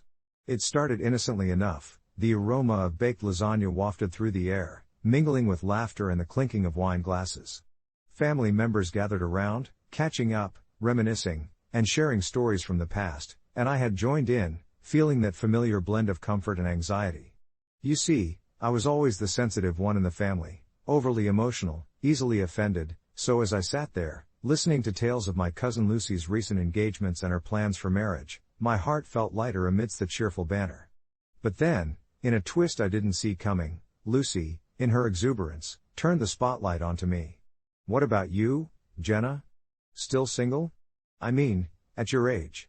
She trailed off, a smirk forming at the corners of her mouth, while a few chuckles erupted around the table. In that moment, a familiar pang of humiliation rushed through me, clashing against the happiness around me like a sudden summer storm. I had always tried to take the high road, to brush off the barbs and the subtle criticisms, but this time, a suffocating heat surged through me, igniting a fire I hadn't anticipated. While everyone laughed, I felt the weight of my solitude pressing down hard on my chest. I noticed my mother's eyes dart towards me, filled with concern, but Lucy continued her teasing, commenting on how you can't be too picky, as if my worth was reduced to my marital status. I smiled weakly, nodding along, but internally, I was anything but jovial. As the laughter settled, I decided to excuse myself, perhaps a walk would clear my head. I slipped into the kitchen, where the centerpiece of the gathering awaited, a stunning, beautifully decorated vanilla cake adorned with fresh fruit. It had always been a family favorite, and as its fragrant sweetness enveloped me, I felt the anger bubbling just below the surface. I didn't know what came over me, but suddenly the idea of taking that cake felt like a rebellious act against the emotional daggers lodged in my heart. In a moment of impulse, I cut a generous slice, placed it on a plate, and with my resolve set, I headed for the door. The cool evening air hit my face as I wrapped my cardigan around me tightly, trying to physically hold in the swirl of emotions that threatened to spill over. I drove home in a daze, the cake still resting in my passenger seat, and the weight of my actions began to settle in the pit of my stomach. Was I really so petty to leave a family gathering with what was supposed to be a shared joy, all because of a hurtful remark? By the time I reached home, I was engulfed by confusion and guilt. As the sun dipped below the horizon and shadows danced across my living room, I dropped the plate onto the coffee table, staring at the perfectly frosted slice as if it were an artifact of my latest emotional breakdown. I tried to convince myself it was about self-preservation, about valuing myself beyond what others deemed worthy, but I knew deep down I was struggling to find validation in the most childish of actions. Later that night, as I sat hunched over on my couch with that slice of cake in hand, the sweet flavor somehow tasted bitter on my tongue. I pulled out my phone, contemplating sharing my story on a Reddit community like AITA to get a sense of perspective, but instead, I spent my evening lost in thought, replaying the events over and over like a record on a loop. I knew I wouldn't be welcomed back with open arms after this little incident, but more importantly, I also recognized that the love I sought in the laughter of my family was something I needed to cultivate within myself. Sometimes, it's easier to blame others for our pain rather than confronting the inner void we're trying to escape. Days later, I volunteered to host the next gathering. It was time to face my fears, and yes, offer an apology, not for taking the cake, but for reacting the way I did. As I whipped up a new dessert, a bounty of chocolate truffle cake, I decided I would address the elephant in the room with a smile. Upon entering the room that day, I felt my heart race, and as I looked into the familiar faces of my family, I took a deep breath, ready to reclaim not just a slice of cake, but a piece of my happiness. And if that meant setting boundaries and communicating my feelings, then so be it. After all, sometimes family gatherings call for more than just good food, they demand a little honesty. As I stood at the entrance, cake box cradled in my arms, a slight wave of apprehension washed over me. I could already hear the laughter and familiar voices, each echo stirring a blend of nostalgia and dread. Family gatherings had never been easy for me, especially after last year's disastrous Christmas dinner, where playful jabs turned into a full-blown roast of my life choices. I'd left that evening with my pride bruised and my spirits deflated, clinging to the memory of my half-eaten slice of pumpkin pie as if it were a lifeline. Now, however, with this chocolate truffle cake crafted from my heart, I wanted to approach things differently. Maybe the key was to balance affection with honesty, to sprinkle a little truth into the convivial chaos of family life. As I stepped into the living room, the scent of cinnamon and pine wafted through the air, wrapping around me like a familiar hug. The tree stood tall in the corner, adorned with mismatched ornaments that represented years of shared experiences, each with its own story to tell. My cousins sat in clusters, animatedly discussing their latest accomplishments, promotions, engagements, and this Christmas' hottest gifts. I wanted to join in, to share my own victory, which was simply surviving a year of self-reflection and personal growth. Instead, I hovered near the door, setting the cake down on a nearby table as voices rose and fell like waves crashing onto a shore. "Hey, do you need help with that?" My older brother, Matt, called over his shoulder, scrolling through his phone with the other hand. I forced a smile, feeling a warmth at his offer, yet quickly dispelling it. "Nope, I've got it," I replied, my tone a tad too cheerful, a shield against unkind words that crept to the edge of my mind. He muttered under his breath, his lingering gaze indicating he wasn't buying my bravado. As if on cue, Aunt Linda entered the room, her aroma of lavender overpowering my sense of comfort. "What's that you've got there?" she chimed, glancing at the dessert with a mix of feigned disinterest and genuine curiosity. "It's chocolate truffle cake." I beamed, hoping to draw her in, to share in the anticipation of something wholesome. I thought it would be nice. My gut twisted slightly as I awaited the inevitable critique. Sure enough, she smirked, her eyes narrowing in amusement. "Another dessert attempt, huh? I don't know why you keep trying. Maybe aim for something more simple next time?" A little knot formed in my stomach. I had prepared mentally for this. A volley of comments targeting my culinary skills had become a family tradition. However, her words tumbled over one another, forming a barrier between my excitement and her dismissive tone. I thought everyone might enjoy it," I said, my voice faltering, feeling the heat of embarrassment creeping up my neck. "Of course, we want to enjoy it, like the time you tried to bake those gourmet brownies. You remember how that went, right?" The laughter that followed her words sliced through the room, red-hot embarrassment igniting the feelings I'd buried deep. The warmth I had felt upon entering evaporated in an instant, replaced by that familiar sting of hurt. I gathered my resolve, the year's worth of healing impulses swirling in my mind. With the cake box in one hand and my heart thundering in my chest, I made the decision to step back from the farce. The words I'd been rehearsing all week danced on the edge of my tongue, waiting to be spoken. You know, I thought gatherings like this were supposed to be a moment of joy, a time to lift each other up instead of tearing one another down. The room fell silent, my voice trembled against the weight of the gathered family. I'm tired of feeling like my efforts are just fodder for jokes. Staring into the faces of my family, a mixture of surprise and discomfort washed over them. I took a breath. It's okay to joke around, but let's keep it kind. I bring things here because I want to share my joy, not to be an easy target. The cake was my emotional anchor, a creation that represented the energy and thought I poured into every layer, and as I held it firmly, I began to feel the walls of isolation slowly crumble. A heavy pause filled the air, then one of my cousins, Hannah, stood up. You're right. Honestly, we're all just so wrapped up in our own little lives. Sometimes that we don't realize how our words impact others. Her honesty served as a reminder that beneath the laughter, we were all human, wrestling with our insecurities. As she spoke, I noticed the softening in their expressions, a newfound awareness glinting in their eyes. Aunt Linda swallowed hard, her expression shifting from smugness to contemplation. I'm sorry, she said, her voice surprisingly gentle, I didn't mean to hurt your feelings. I'm proud of you for trying something new. The corners of my mouth lifted slightly as I observed the shift unfolding. Emily, another cousin, chimed in next, yeah, let's put a stop to old traditions that make someone feel less than. How about we try a slice together? With that simple gesture, I felt the tension dissipate. As I retrieved my cake, my heart began to heal, the forks gleaming beneath the light like beacons of hope for new beginnings. In that moment, I realized reclaiming my happiness wasn't just about addressing the hurt, it was about reminding them of the strength found in honesty and vulnerability.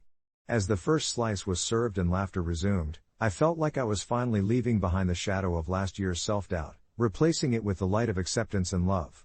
Weeks later, I'm scrolling aimlessly through my phone when I notice a text from Matt. Hey, Mom says your cake's a hit. You should bring it to the next get-together, too, I chuckled quietly, tapping on the screen to respond. Will do. And this time, I might just bake something with vegetables. His reply came instantly, as long as it's not another gourmet disaster. The laughter I shared with my family that night still echoed in my heart, an ongoing reminder that vulnerability opens doors, nudging us all to grow together, cake in hand. As I sat with my phone in hand, memories of that evening flooded back, carrying with them an assortment of flavors, scents, and sentiments. I could still taste that rich chocolate truffle cake, its smooth texture melting away as I shared it with my family, and the way the subtle sweetness of laughter filled the air just as much as the dessert. The incident had unlocked something deeper within our family dynamic, particularly between myself and my siblings, who had, more often than not, let the familiar warmth of gathering slip into passive-aggressive banter or awkward silences over the years. I found myself reflecting on how, for so long, I had worn my feelings like armor, believing that silence would shield me from judgment. Yet, the night I took my cake and my voice to that gathering felt like shedding an old skin, the uncomfortable weight of unresolved tension replaced by unexpected revelations. Everyone had their share of struggles, insecurities, and misunderstandings. Even my brother Matt, who always seemed to flit through social interactions with a devil-may-care attitude, had approached me afterward with more sincerity than I had anticipated, apologizing for teasing me.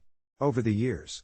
You know, I sometimes took poking fun at you for the laughs, but it hit me that maybe I was just scared you'd never find your place among us if I didn't make you laugh, he said, scratching the back of his head sheepishly. I appreciated the hidden layers beneath his light-hearted facade, and it was in that moment I realized how we all had this habit of using humor as a safety net, a distraction from exploring feelings that might seem too heavy to hold.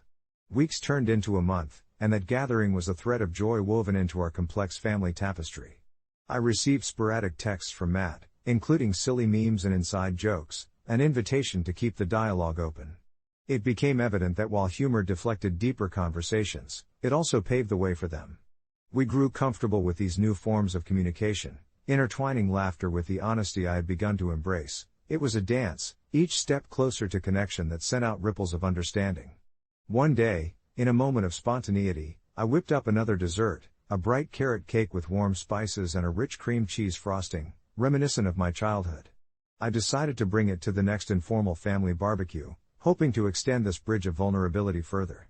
As the day approached, I felt the familiar tingle of excitement mixed with a sprinkle of anxiety. I hoped the atmosphere would echo that previous encounter, filled with both sweet and savory exchanges rather than resulting in silence laden with unexpressed feelings. When the day finally arrived, I went through a whirlwind of emotions, bustling through the kitchen with my cake in hand, feeling proud when family members admired my baking skills. But deep down, I noticed the flutter of worry creeping in as I waited for but that friends and family often added to compliments. "This one is lovely, but..." To my surprise, however, the admiration flowed seamlessly, encouraging conversations that built upon one another rather than deflating at any sign of pressure. I found myself having a heart-to-heart with my cousin Lisa, who confided her own struggles with balancing expectations from family and career. We laughed, remembered joys from our childhood, and marveled at how our family had evolved. The night unfolded in a tapestry of dialogue and connection, punctuated by delicious bites of cake and rich laughter. I noticed Matt laughing heartily after recalling one of my kitchen's disasters, only to pause, trendy drink in hand, and add, "But the way you turn this into a thing is what makes you special. I'd never have the courage to put myself out there like that." It struck me how my willingness to assert my feelings had formed a ripple effect, encouraging honesty around the table, transforming our conversation into mirrors reflecting our vulnerabilities. And in that moment, I realized that the laughter, the mixed flavors of cake, and the weaving together of our stories were intertwined. Expressions of love and acceptance. As the gathering came to a close, I left that night with more than just the satisfaction of having baked another delicious cake. I carried with me a deeper understanding of vulnerability, one that left room for growth, connection, and an unshakable sense of belonging. And so, in the days that followed, the narratives we shared became evolving chapters. Each cake I brought to the table was a fresh page in a family saga, where laughter, honesty, and love continued to rise just like the desserts that brought us together. For as long as I can remember, my parents have always been strict when it comes to what I read. They believe in shielding me from the dark side of literature, books they deemed inappropriate or dangerous, which often encompassed anything that challenged the status quo or stirred my imagination too vividly. This led to an interesting internal conflict for me. While I was desperate to escape into worlds full of adventure, mystery, and, yes, even the darkness they so feared, I felt trapped under their watchful eyes. It all began one chilly autumn afternoon when I stumbled upon an old box in the attic while searching for my winter clothes. Inside were worn-out paperbacks, the covers faded and spines cracked, titles that made my heart race with excitement just reading them. 1984. Fahrenheit 451, and even the perks of being a wallflower. I couldn't believe my luck. I rifled through the pages, inhaling the musty scent of forgotten stories, my mind racing with ideas of how I could read them undetected. So I devised a plan. I would lie about volunteering times at the local community center, creating a facade of altruism while I secretly lost myself in the pages of these banned books, snatching moments at home whenever I could, hidden in the dim light of my room, thoroughly engrossed in worlds that dared to challenge the ordinary. The thrill of reading each book was amplified by the tension of nearly being discovered. I can still feel the anxiety my heart would drum up as I heard my parents' footsteps approaching my room, the panic of tossing the book beneath my bed or pretending to be occupied with homework. Every day brought a renewed sense of rebellion, and though I felt guilty for lying, the joys of reading and the new perspectives I gained were intoxicating, filling parts of my soul that had felt stifled under my parents' protective grip. However, as the months went on, my deception began to weigh heavily on me, gnawing at my conscience like an unwelcome stranger. The guilt was persistent, a dark shadow that stretched longer with each borrowed moment spent in those fictional realms while my reality lay neglected. It felt like I was double living, one life as the dutiful daughter and another as a voracious reader devouring forbidden fruit. I found myself drawn into the narratives to escape the guilt, grappling with complex characters and moral dilemmas that had me questioning the very lines between right and wrong. The stories opened my eyes wider, forcing me to confront my own beliefs, and with each page turned, I realized more about myself than I had ever anticipated.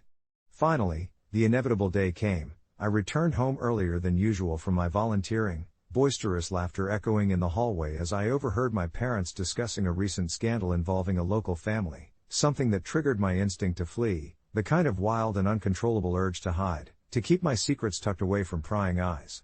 As I entered my room, barely able to breathe, I found myself staring at the open books piled on my desk, the pages fluttering in the gentle breeze from the cracked window. In that moment of reckoning, I found clarity. It wasn't just the thrill of the stories but what they taught me about facing truths. I had built this elaborate tapestry of lies, and it felt utterly exhausting. That night, after tossing and turning, I gathered the courage to write my parents a letter, something raw and heartfelt, confessing everything, the lies, the books, my need for understanding, and my thirst for knowledge. I left the letter on the kitchen table and went to bed, feeling strangely light, like a weight had been lifted off my chest. When I woke up the next morning, my parents were waiting, and my heart raced, not with fear but hope. What followed was a lengthy conversation filled with unexpected discoveries. My parents shared their own fears about the world, how they wanted to protect me from the confusion and chaos that could come from confronting uncomfortable truths too soon. In the end, I found out that they were more open than I had ever imagined, their love for me woven tightly with their fears, and together, we discussed what I had read. I had anticipated rejection, but instead, I found a middle ground, a new agreement where we could explore literature together, perhaps even tackling some of those challenging books as a family. Looking back, it wasn't only about the thrill of defiance, it was about forging deeper connections through honesty. Now, about 6 months later, the shadows of guilt have dimmed, replaced by a deeper understanding between my parents and me, an understanding that has allowed me to step into the world of literature freely, knowing that while the stories may challenge us, they also connect us in the most profound ways. My mom even recommended a few books of her own, and I often find us discussing the very themes that used to frighten me. Sometimes I wonder, if I had never lied, would we have ever reached this point of openness? The irony of my confession becoming a bridge instead of a chasm still lingers, a perfect reminder that sometimes honesty is the doorway to liberation. And as the weeks rolled on, I found myself embracing not just the books I had once furtively devoured, but also a genuine relationship with my parents that had blossomed from my initial deception. The irony persisted like a quiet echo in my mind. What had begun as a mere act of rebellion had paved the way for understanding, empathy, and connection. Our late-night discussions started to feel more like exchanges between equals instead of the monologues I once dreaded. For the first time, I could speak freely, my tentative words met with thoughtful consideration rather than dismissiveness. My mom, whose narrow view of the world had previously felt like a cage, revealed layers I had never seen. She spoke of her own teenage years of confusion and rebellion, of the tightly bound expectations surrounding her, of books she had longed to read but felt were never provided for her. It was a two-way street, paved with vulnerability and mutual respect, and I often imagine that many parents in the world might also find themselves carrying unexamined fears and baggage that color their judgments. My father surprised me when, during one of those evenings, he pulled out a well-worn copy of 1984 from a shelf, a silent testament to his own teenage curiosity.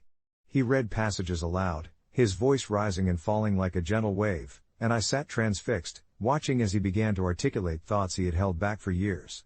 The stories we shared soon morphed into discussions about freedom, censorship, and the ways in which the world often seeks to bind us with invisible chains.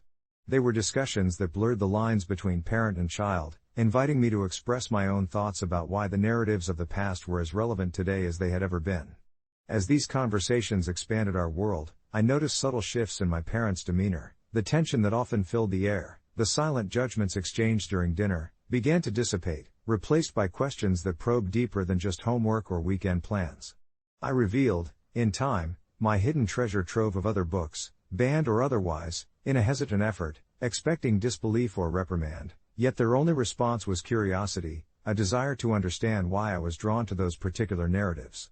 My parents eventually suggested we read one of my secret titles together, creating a new family tradition around literature. I chose The Catcher in the Rye, a coming-of-age saga that had once tempted me to stretch my own boundaries. The first time we sat down to read it together, I felt a mix of anxiety and excitement, fully aware that we were traversing territory once deemed taboo, and I held my breath, anticipating any possible ripples of discomfort. Oddly enough, all those frayed edges yielded softness. My father's laughter during Holden's quirks and my mother sitting quietly through the emotional turmoil was strangely comforting. With every shared passage, every discerning glance or nod in agreement, I sensed the walls between us continuing to dissolve further, brick by brick. It became clear that for all the hidden chapters of our lives, honesty had acted as the ink that penned a renewed narrative for our family. Relaying my experiences became a healing process, not just for me, but for them, too. It was as if we had embarked on a literary quest together, confronting harsh truths, handling abrasive characters, and making sense of complex emotions that each book evoked. The old fears I had felt about them severing ties if I confessed turned into rays of understanding, defying any expectation. It was hard to believe I once feared their judgment. These moments of connection had become both a refuge and a revelation. We initiated a new phase in our family life centered on exploration and acceptance, each book we read together leading us to deeper conversations that demanded both vulnerability and courage. Through our shared experiences, we began to explore the world outside our home, conversing about its many wonders long after the books were closed. Months later, during a warm autumn evening, as we wrapped ourselves in cozy blankets on the porch, my heart swelled with gratitude. We shared our latest reads, each story a testament to the struggles and strengths of human experience, and the laughter that enveloped us felt as natural as the rustling leaves around us. When the conversation culminated in my unique tale of deception, I chuckled, recalling how artfully I had woven my narrative of lies. I remarked, only half-jokingly, how ironic it was that this all turned out for the best. My mom chuckled softly, a knowing smile dancing on her lips. "Isn't it funny," she mused, "how a little lie can lead to something so honest?" In that moment, as we exchanged gentle glances full of unspoken understandings, I fully grasped the power of stories, not merely as vessels of adventure or lessons learned, but as bridges built, connecting us in our humanity. For now, honesty had become our family's new currency, one that brought us closer than I ever could have imagined, and I fell asleep that night with the warmth of 1,000 shared tales cradling me, a soothing reminder of how beautifully complex and connected our lives had become. For a while, everything felt perfect, a harmonious balance in our family life nurtured through dialogue and literature. But then a curious thing happened that unfurled the next chapter of this journey. One late evening, rummaging through the attic for forgotten treasures, I unearthed an old box of my childhood belongings.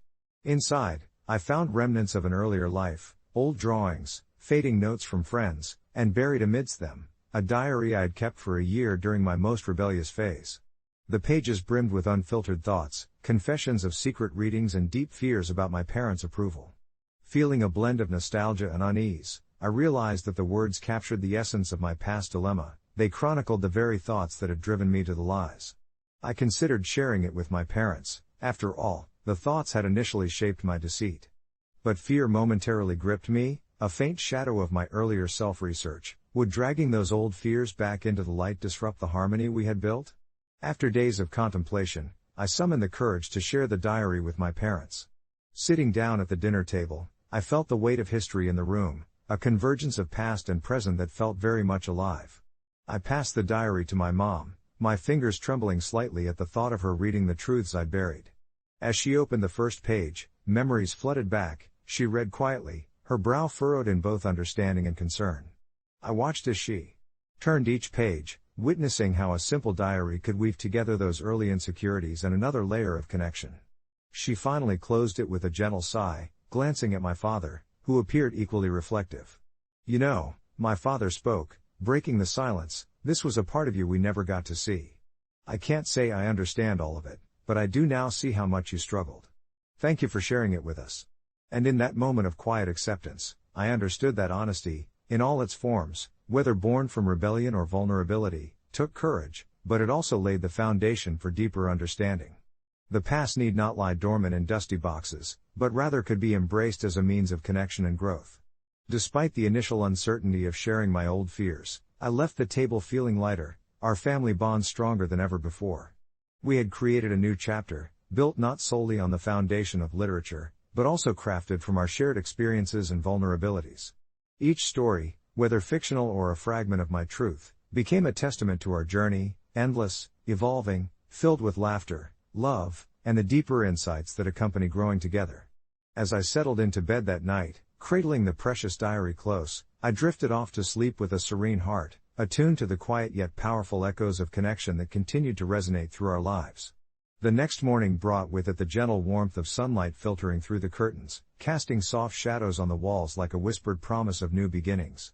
I awoke with a sense of peace that felt almost surreal. The weight of my secret had been lifted, replaced by an openness I had never before believed could exist in my family. As I padded down the hallway, thoughts fluttered like the pages of my books, bubbling with excitement about the conversations that awaited me. The kitchen was alive with the familiar scent of freshly brewed coffee and the sound of my dad's humming, a melody that had always signified comfort.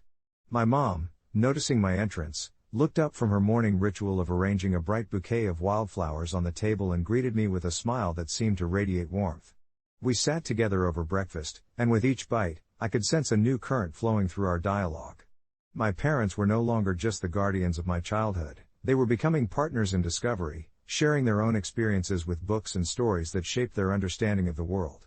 It felt refreshing to dive into discussions about themes of humanity, society, and the myriad emotions that literature can evoke. My mom spoke passionately about a book she had recently read, one that dealt with the struggles of inner identity, while my dad recounted his youth, the challenges he faced, and how a simple novel had provided him solace during difficult times. Their stories alternated like a harmonious dance, weaving together our past and present in a new narrative tapestry infused with honesty and vulnerability. I couldn't help but marvel at how my once solitary escape into these worlds now had the potential to deepen my relationships.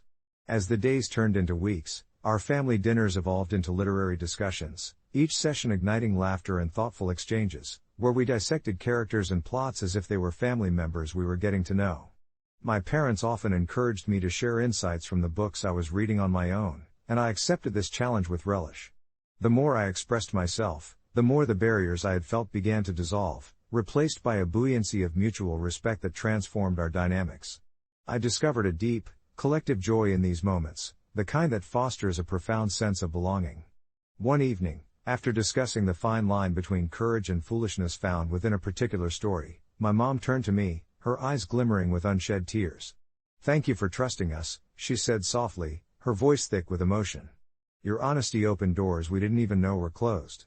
Her words struck me with such weight, I measured their impact against my fears, realizing how misguided I had been to think that my concerns would render our family fragile.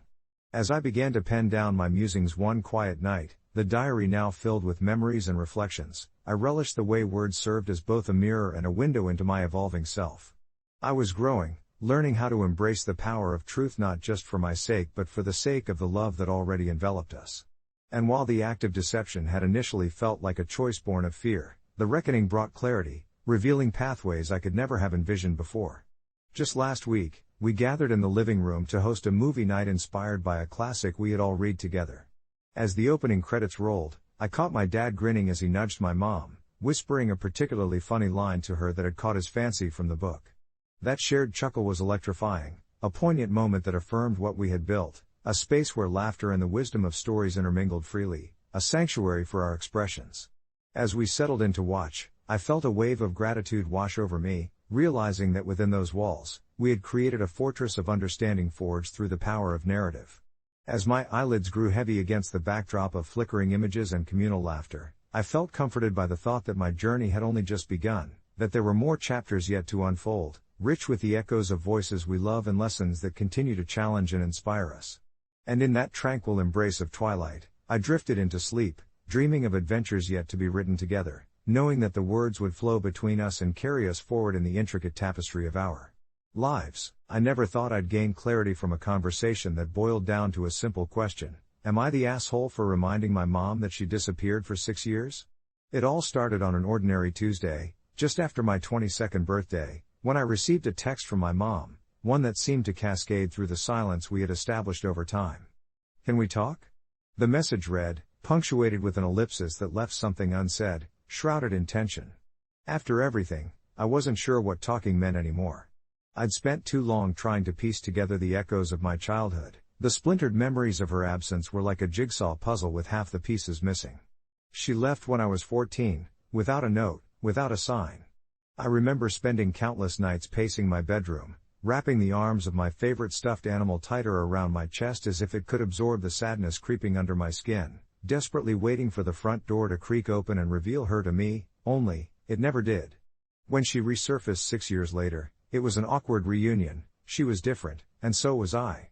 She floated in and out of my life, wearing an expression that oscillated between remorse and urgency, as if she were a ghost trying to tether herself to a world she had once inhabited.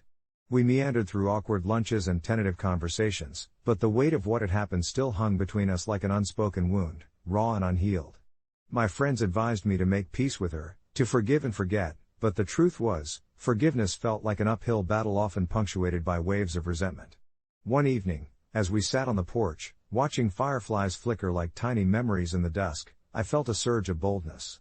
The conversation had ebbed and flowed, and my mom's laughter was light, yet it triggered a memory I thought I could gloss over. "You know, it's strange," I said, almost tentatively, "that you were just gone for all those years."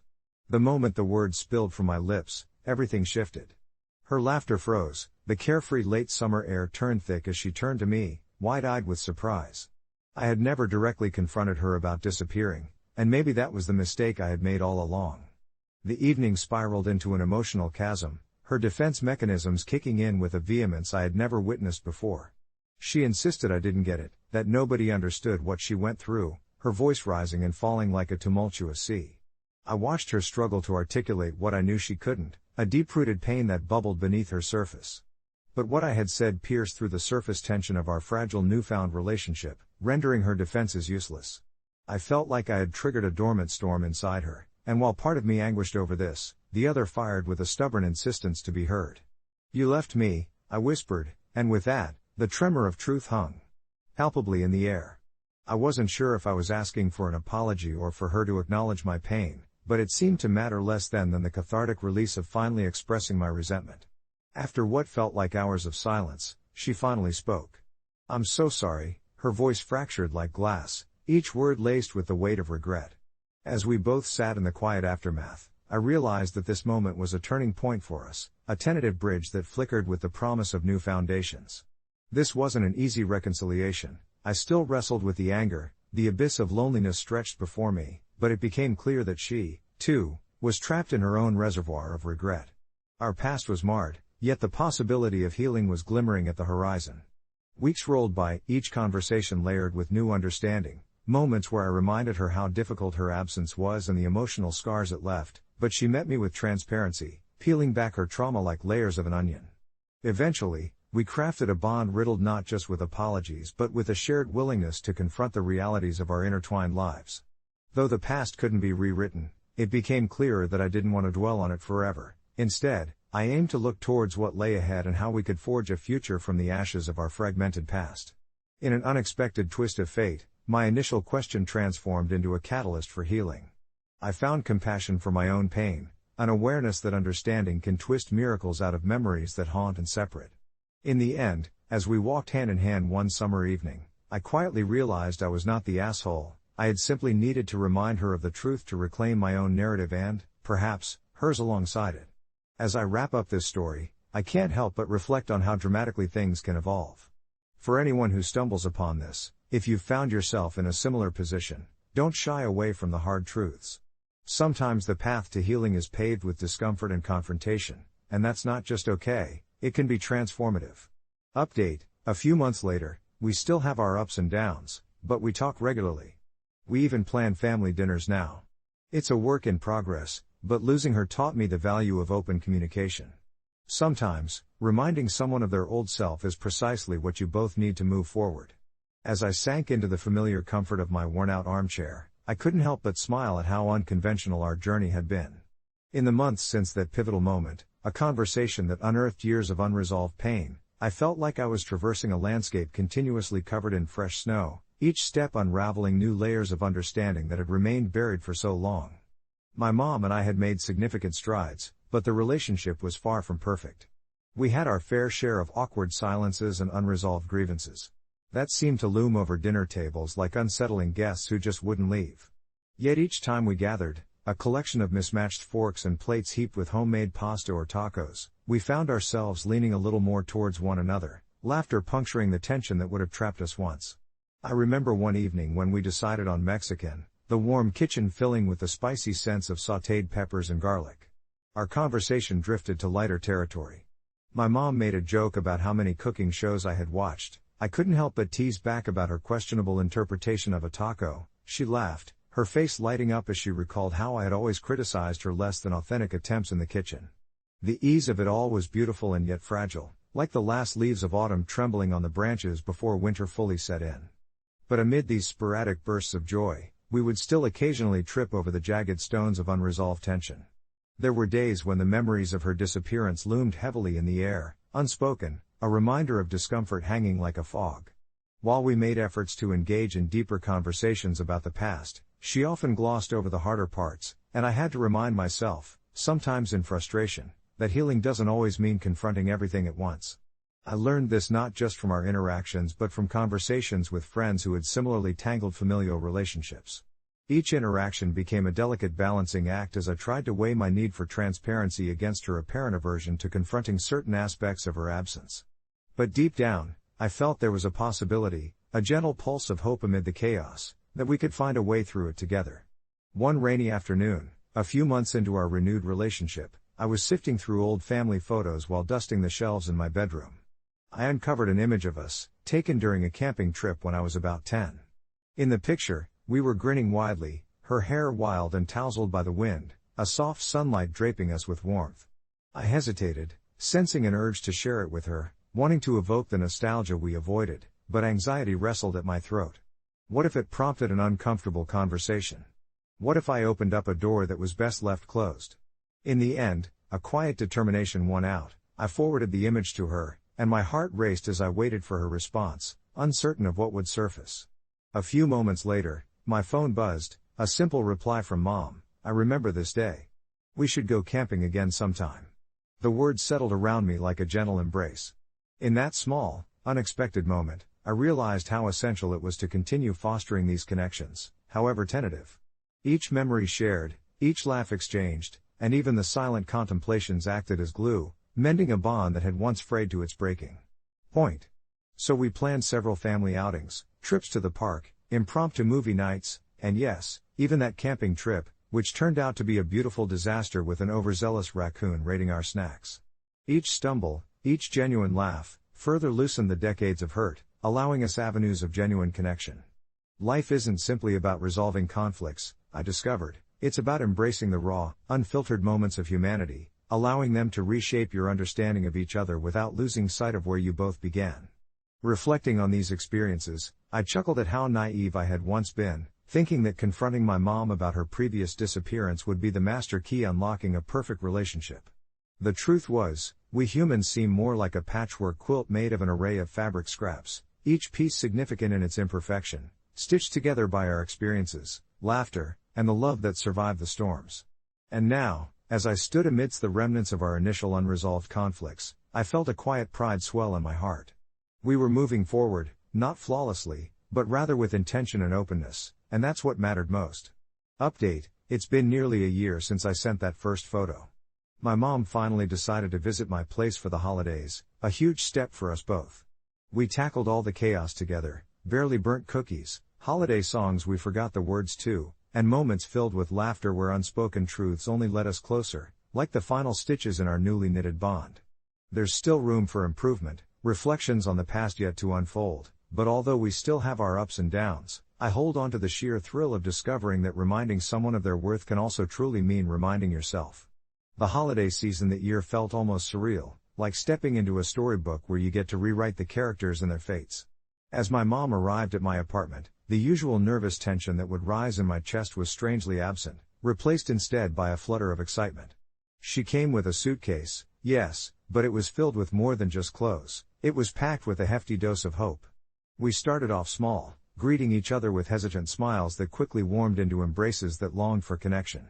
We slid into the kitchen, a realm both familiar and foreign as we attempted to recreate our old family traditions.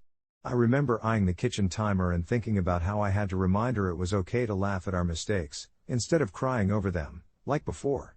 The cookies were hilariously imperfect, the kind that would make even the worst baking show contestants proud. Yet we tried them anyway, laughing over the half-burnt edges and the slight bitterness of too much cinnamon. As we peeled away the layers of holiday chaos around us, our conversations began to unfurl like the delicate branches of a blooming tree, cautiously at first, but blooming all the same. We spoke of her absence without wading through bitterness. We spoke of my childhood without the weight of unresolved shadows. Each word felt like a brushstroke painting a clearer picture of two flawed and fragile beings who found a way back to each other. The moments were punctuated by snatches of holiday songs, our voices blending in harmony and discord, with the lyrics evading us but our spirits dancing freely. One evening, as we curled up on the couch watching old family videos, tiny glimpses into a world that felt both distant and achingly close, I caught her looking at me, a reflection of tenderness and vulnerability in her eyes. She softly admitted she regretted the years lost, yet I saw a flicker of something else, an understanding that our shared laughter and love had the power to bridge even the deepest divides. Those unspoken truths seemed to shimmer in the air between us, invisible threads weaving a tapestry of renewed trust. She expressed gratitude for my patience, which felt oddly reversed. My heart was grateful too, but for her presence, for her willingness to try anew. Each conversation, each short-lived tiff was a reminder that we were slowly threading together the fragments of our old selves with the new ones we were forging. Evenings turned into long discussions about dreams and aspirations, the soft glow of fairy lights glittering like possibilities in the air. Over dinner, we shared stories of our past and hopes for the future, anchoring our relationship in the open air of vulnerability. I felt a profound sense of comfort, her laughter filling the gaps of silence that had once felt like chasms. Sure, we weren't perfect, and perhaps we never would be, but we were learning to navigate this intricate dance of togetherness again. It was all still a work in progress, but as that holiday faded into memory, something undeniably beautiful emerged, a new rhythm that promised growth, however imperfect it might be. I realized that our bond was like those cookies we made, no longer pristine, but bursting with character, sweetness, and the warmth of shared experiences. It was deeply flawed, yet somehow, perfect in its own way. Reflecting on our journey, I understood that confronting the past was more than just a burden, it was a gift, and through those difficult conversations and tender moments, we both found a semblance of peace in the chaos. This tumultuous journey had changed us profoundly, but as I glanced at my mom, now more a friend than a figure of authority, I embraced the uncertainty of our future, knowing we were weaving a story that was all our own. I never thought I would find myself reflecting deeply on intimacy at this age, but lately, it seems to occupy my thoughts more than I ever anticipated. At 72 years old, I sit at the kitchen table of my modest but cozy home, the sunlight streaming through the window and casting soft patterns on the tablecloth. The faint sound of a grandfather clock ticks in the background, a gentle reminder of time passing in the quiet hours. I've been married to Margaret for nearly 50 years, and while we both have found ways to enjoy each other's company, I can't help but notice the shadows cast by the years. When we first got together, our nights were filled with energy and passion, the kind that fills the air with crackling electricity. I remember how we would sneak kisses in the kitchen while the pasta boiled over, how our laughter would echo in the empty halls after the children were asleep. It felt endless, exhilarating. But now, it often feels like we're going through the motions. Our conversations have shifted from dreams and plans to pragmatic discussions about medications and doctor's appointments, passion replaced with comfort, and yet there's something comforting about that too, isn't there? But last week, something shifted in me, a long-buried curiosity sparked by an unexpected conversation between Margaret and her sister, who was visiting. They laughed easily over shared memories, and I caught snippets of their chat concerning not only their health but also fragments of intimacy. After all these years, I was stunned by their honesty. Something inside me stirred, a faint ember of desire reigniting. After they left, I awkwardly broached the subject with Margaret, our relationship often tending towards old routines and familiar silences when it came to discussing something so personal. Do you think people our age still? Well, you know? I ventured carefully, my cheeks warming as those words stumbled out clumsily. She paused, a glimmer of surprise in her eyes, then smiled softly, her hands resting on her lap. I think they do, if they want to, she replied, her voice quieter than usual. It was a simple answer, but it felt like a doorway opening, revealing uncharted territory. We held a hesitant dialogue peppered with nervous laughter, memories of our youth spilling over into this new understanding that intimacy didn't necessarily dwindle as one aged but transformed in unforeseen ways. However, I still wrestled with doubts. Could I even make her feel desired? Would I even want to? The next evening, as we settled into our familiar nightly routine, I made a bold decision. I lit a few candles and played soft jazz in the background, a scene eerily reminiscent of our early days. Margaret looked at me, a curiosity sparking in her eyes, and it seemed for a moment we were both peering through time, stepping into an era we thought we'd left behind. I took her hand, and together we ventured into a conversation about our fears and desires. I admitted that I sometimes found myself longing for the kinds of intimacy we had before, the laughter, the warmth, the connection. To my surprise, Margaret confided in me that she had felt similarly, that while the days of wild passion might be behind us, she still yearned for closeness, the kind that transcended physicality, running deep as the roots of our long-shared life. In a way, it freed us both. We began exploring what intimacy could look like now. It wasn't always easy, but it became a journey we embarked on together rather than apart, a dance of sorts to rediscover ourselves after years of being swept up in day-to-day life. I learned to appreciate the little moments, the way she looked at me just before bed, the gentle kisses we shared that spoke volumes of the love we felt. Although we might not physically connect the same way anymore, that doesn't diminish our bond. As the months pass, I've found comfort in the quiet intimacy of simply being with her, and it feels like we've woven ourselves closer together than ever before. Sometimes, it feels like the world has a way of nudging us into rediscovery, reminding us that love is a tapestry, one that evolves through experiences and time. In some ways, the conversations we have now feel even richer than they used to, filled with decades of laughter and compromise, lessons learned, and dreams still clinging to the edges of our hearts. And while the journey may not have led us back to the youthful lust of years gone by, it has brought us to a place of tenderness and understanding, one that feels infinitely worthwhile. Update: just last night, Margaret suggested we take a dance class together, something we had always talked about but never got around to in our younger years. As I helped her into her coat, I felt an exhilarating thrill I thought had long faded. A new chapter awaits us both, maybe even more rewarding than we could have ever dreamed, proving that love remains vibrant, even amid life's shadows. As I stood there, feeling the warmth of Margaret's happiness radiating off her, I couldn't help but marvel at how life had a way of circling back, of offering second chances when you least expected them. Dancing had always been a passion of ours, a shared dream we chatted about during late nights with glasses of wine, our young hearts believing we would always have time for it. But as life often does, it weaved in obligations, careers, and family, pushing our whims aside until they became distant echoes. Last night, however, while we sipped chamomile tea at the kitchen table, Margaret's eyes sparkled with a youthful enthusiasm that ignited something deep within me. "Let's finally do it," she said, her voice playful but sincere. I felt a flutter of excitement.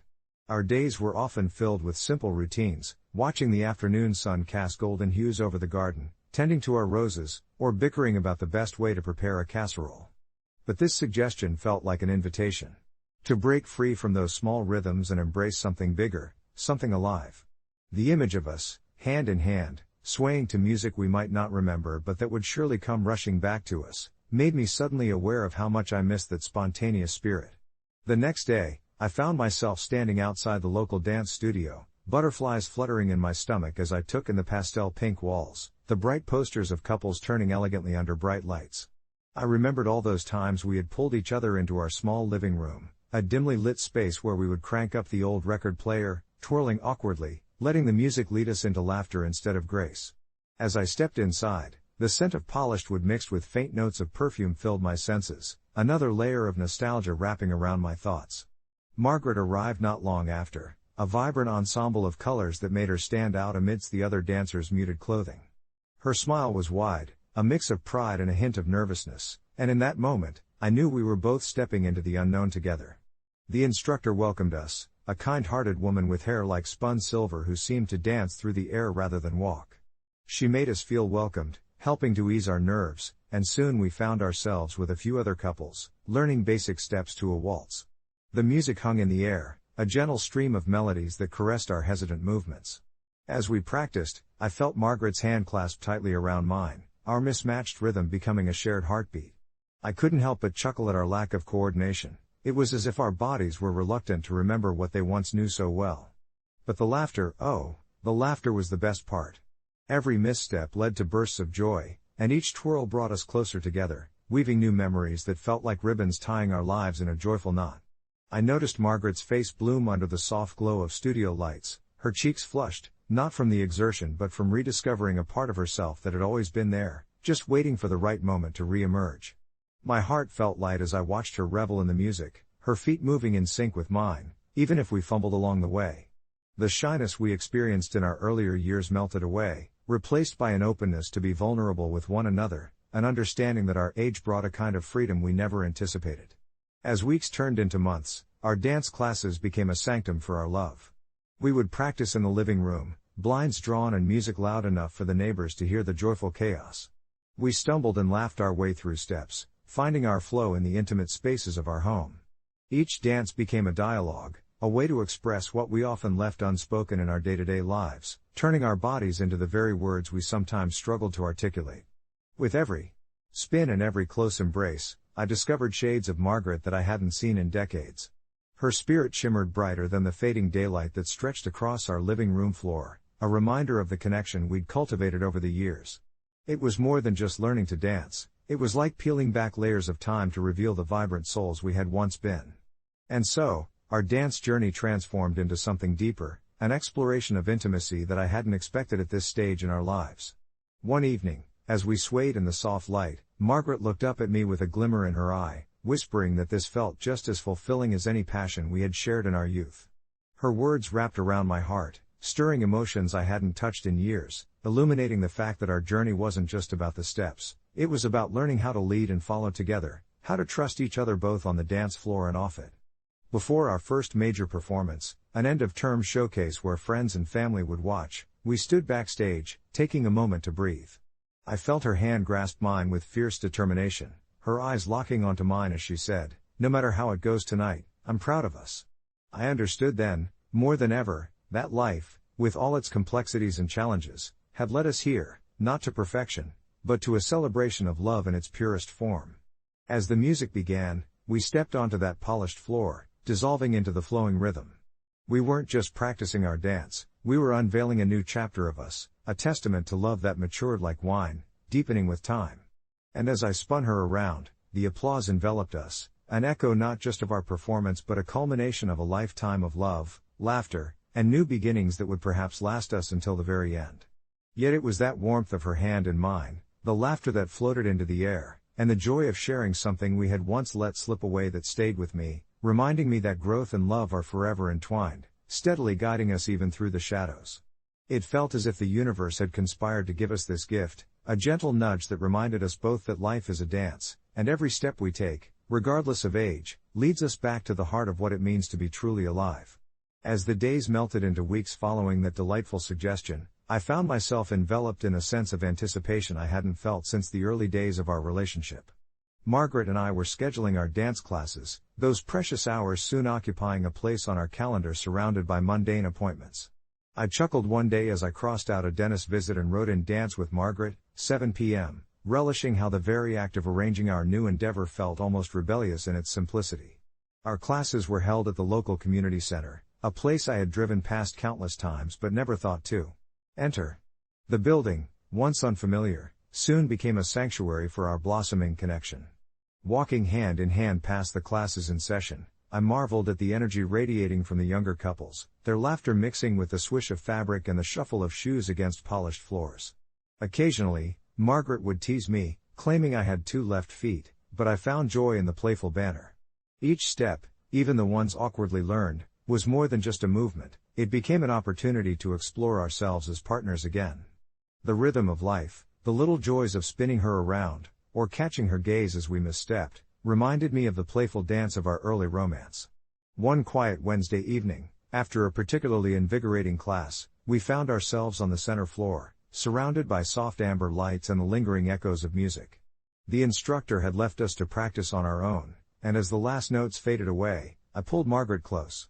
I could feel her heartbeat synchronizing with mine. It was as if the world outside had dissolved, leaving just us trapped in our tiny universe.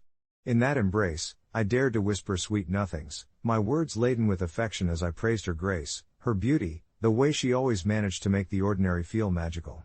Her laughter, a soft chime, filled the space and lifted the very essence of what we had fought for over the years.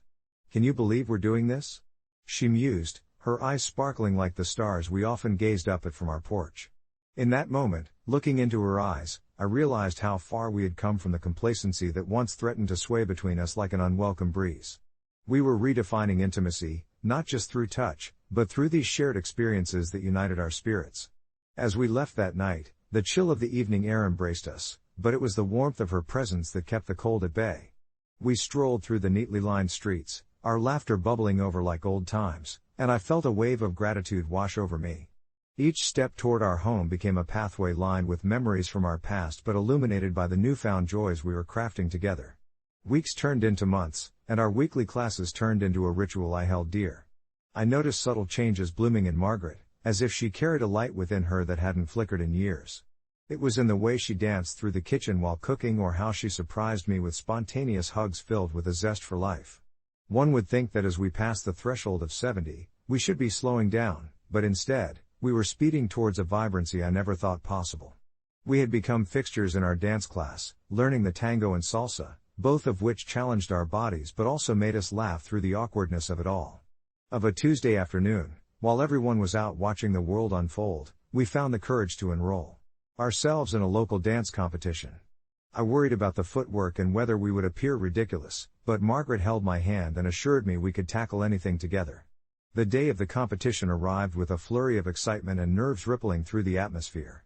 We dressed in our best, Margaret in a flowing dress that twirled like a bloom around her as she moved, and me in a crisp button-up that felt both new yet familiar. Standing back to back beneath a makeshift arch adorned with flowers, I could sense that this event, regardless of the outcome, was a celebration of us, our journey, our resilience, our laughter. When the music started, it was as if we melded into one, our bodies responding together like a perfect melody, pulsating to the rhythm of our hearts. I could see from the corner of my eye the crowd smiling. Younger couples stood in awe while the more seasoned spectators murmured words of encouragement. And in that moment, I realized it wasn't about winning or losing but about reclaiming the thrill of living boldly. By the time we reached the end of our final spin, the applause was a roar, and I caught a glimpse of Margaret's face, her joy radiating like sunlight, proving that aging did not extinguish passion, it enriched it. When the trophies were handed out, our names were called not for first place, but for something even more poignant, the Best Spirit Award.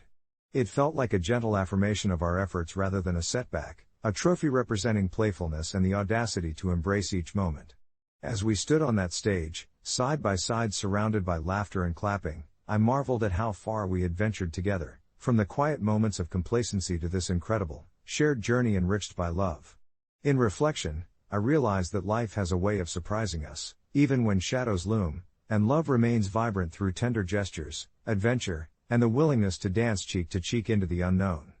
As we sank back into our cozy home that night, warmed by the flicker of candlelight and the weight of our shared experiences, I knew we had only just begun to explore the beautiful dance of love that continues to grow, its rhythm echoing softly through the years, reminding us that every step we take leads us back to the core of what it means to feel alive, together. As I sat on our worn-out couch, my daughter curled up beside me, her head resting on my shoulder, I could feel the weight of a secret pressing against my chest like a leaden anchor, an internal struggle I had been wrestling with since the day she was born. My name is Robert, but to her, I was simply Dad, the steadfast figure of her life, the one who cheered her on every time she took her first steps, celebrated every birthday with homemade cakes, and consoled her after heartbreaks at school. You see, I am not her biological father. I was thrust into the role when my partner, Lila, found herself pregnant after a whirlwind romance with her high school sweetheart, a man who chose to disappear into the ether when she needed him the most. In the beginning, Lila had told me about her estranged relationship with the father, and though it initially felt like a burden, I found unexpected joy in becoming a father figure to little Emma. Each day with her forged an unbreakable bond that transcended blood. Yet, as she grew, so did my fears. Every giggle we shared, every bedtime story I read, felt like sand slipping through my fingers, and the question lingered in the back of my mind, when would I have to tell her the truth? The topic weighed heavily on me, especially as Emma reached her 7th birthday, an age where the innocence of childhood ebbs away, and the world outside begins to weave its intricate web of complexities. I couldn't shake off the feeling that she deserved to know who she truly was, yet the thought of shattering her perception of what a daddy meant terrified me. One evening, while we were making homemade pizza together in the kitchen, Emma's curiosity bloomed like the dough we needed. "Dad," she asked, looking up at me with those big, innocent eyes, "why don't I look like you?" I paused, my hands momentarily frozen in motion, as countless thoughts crashed into one another. Here was my moment, the delicate thread weaving together my fears and hopes. Ignoring the knot tightening in my stomach, I chuckled nervously, "Well, honey, we're all unique, right? Like how pizza can have different toppings but still be delicious." She nodded, seemingly satisfied, but I didn't miss the glimpse of a frown crossing her tiny face, the beginnings of doubts creeping in.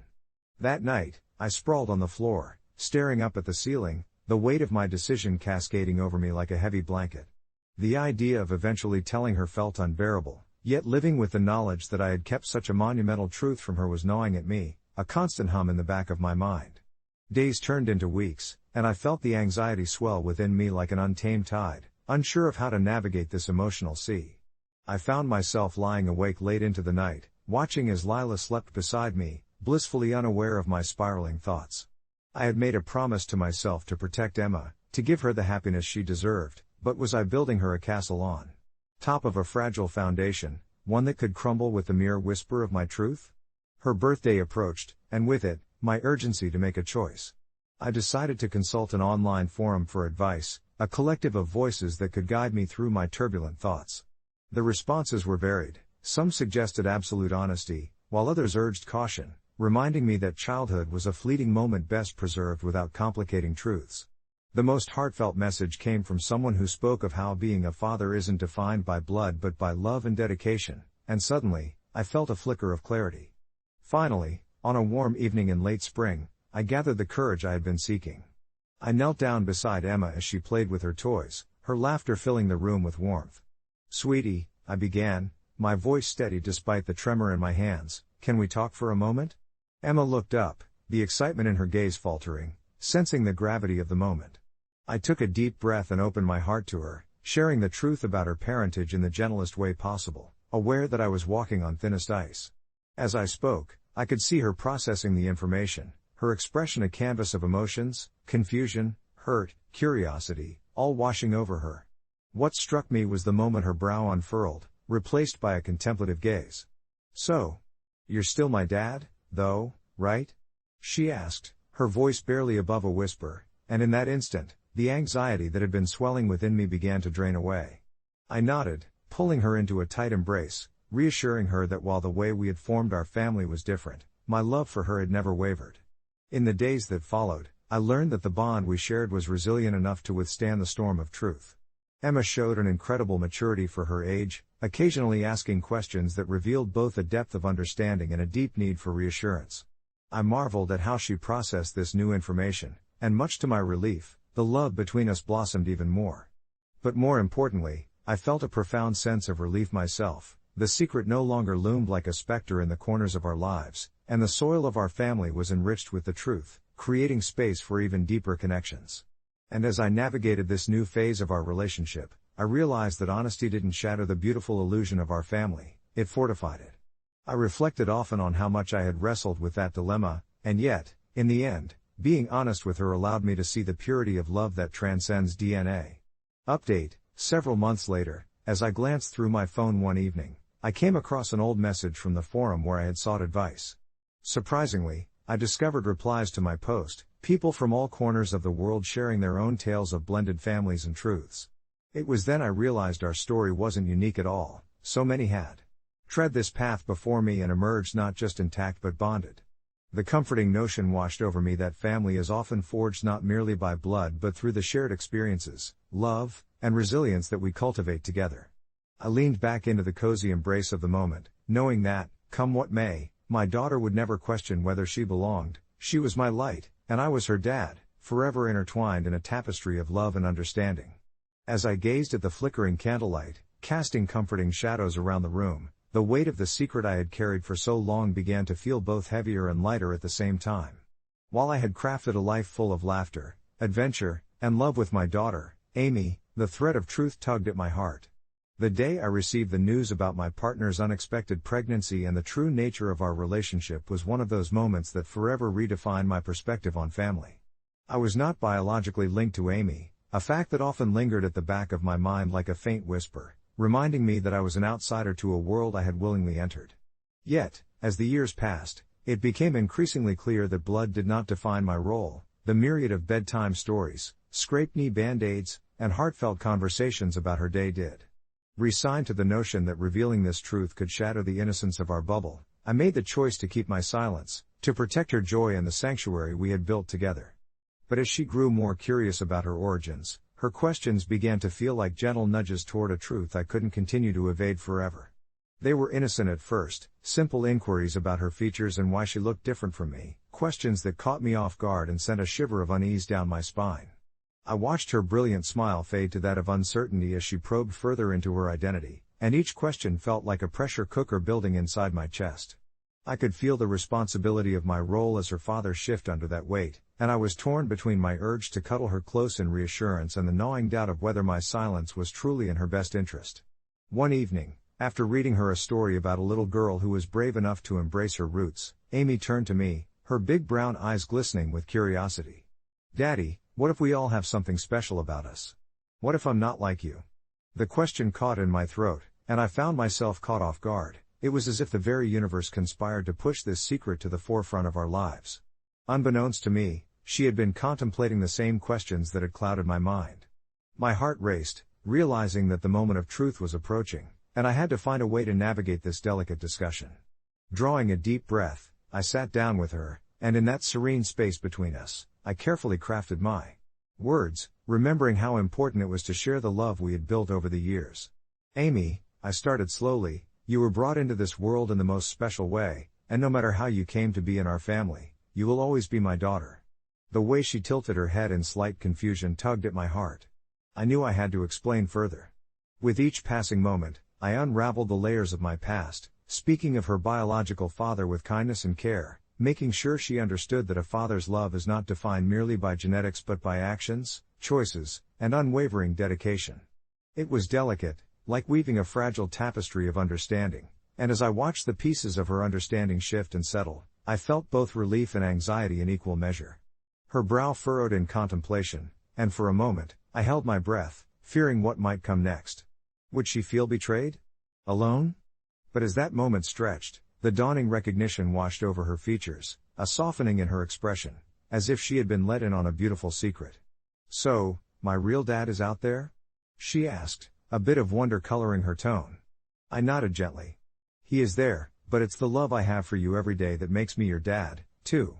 It might have been a small part of our journey, but as she absorbed it all, I saw the shadows in her eyes lift as understanding graced her features. She wrapped her arms tightly around me, and in that embrace, I felt the burden lift, realizing that honesty had brought us even closer. A few weeks later, I found us sharing ice cream on a warm summer evening, laughter spilling into the air like confetti. Amid playful bites of rainbow sprinkles, Amy suddenly said with a thoughtful pout, "You know what, Daddy? It doesn't matter where I come from.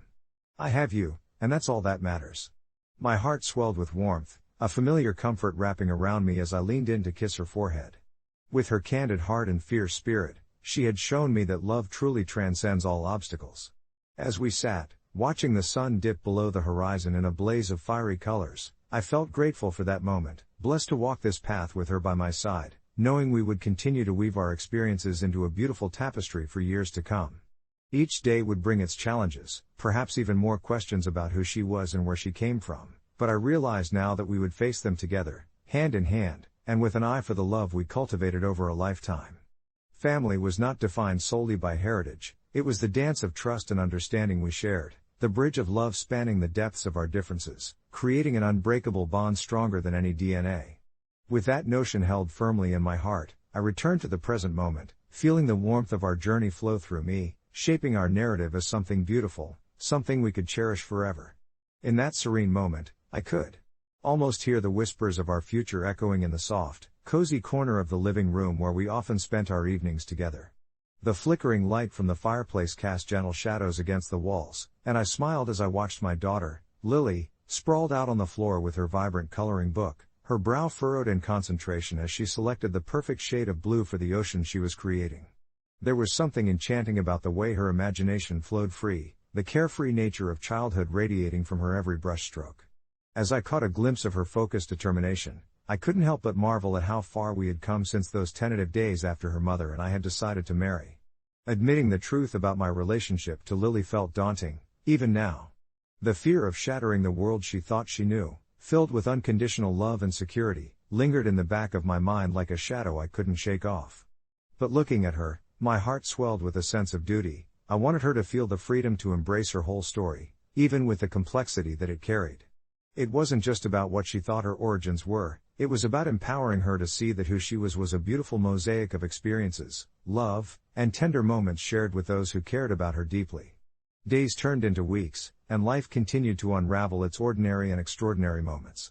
We shared laughter over pancake breakfasts, cozy movie nights where we huddled under blankets, and simple days filled with the sweet aroma of grass and sunshine as we explored local parks. Yet in those delightful everyday encounters, the unspoken truth loomed like a soft veil, reminding me of the delicate balance between the worlds we inhabited, the one of fairy tales and the one of reality. Each evening, as we tucked ourselves into bed, I found myself weighing the power of honesty against the comfort of fiction. Could the truth truly coexist with her innocent understanding of life? I never wanted to be the one to fracture the lens through which she viewed her little universe.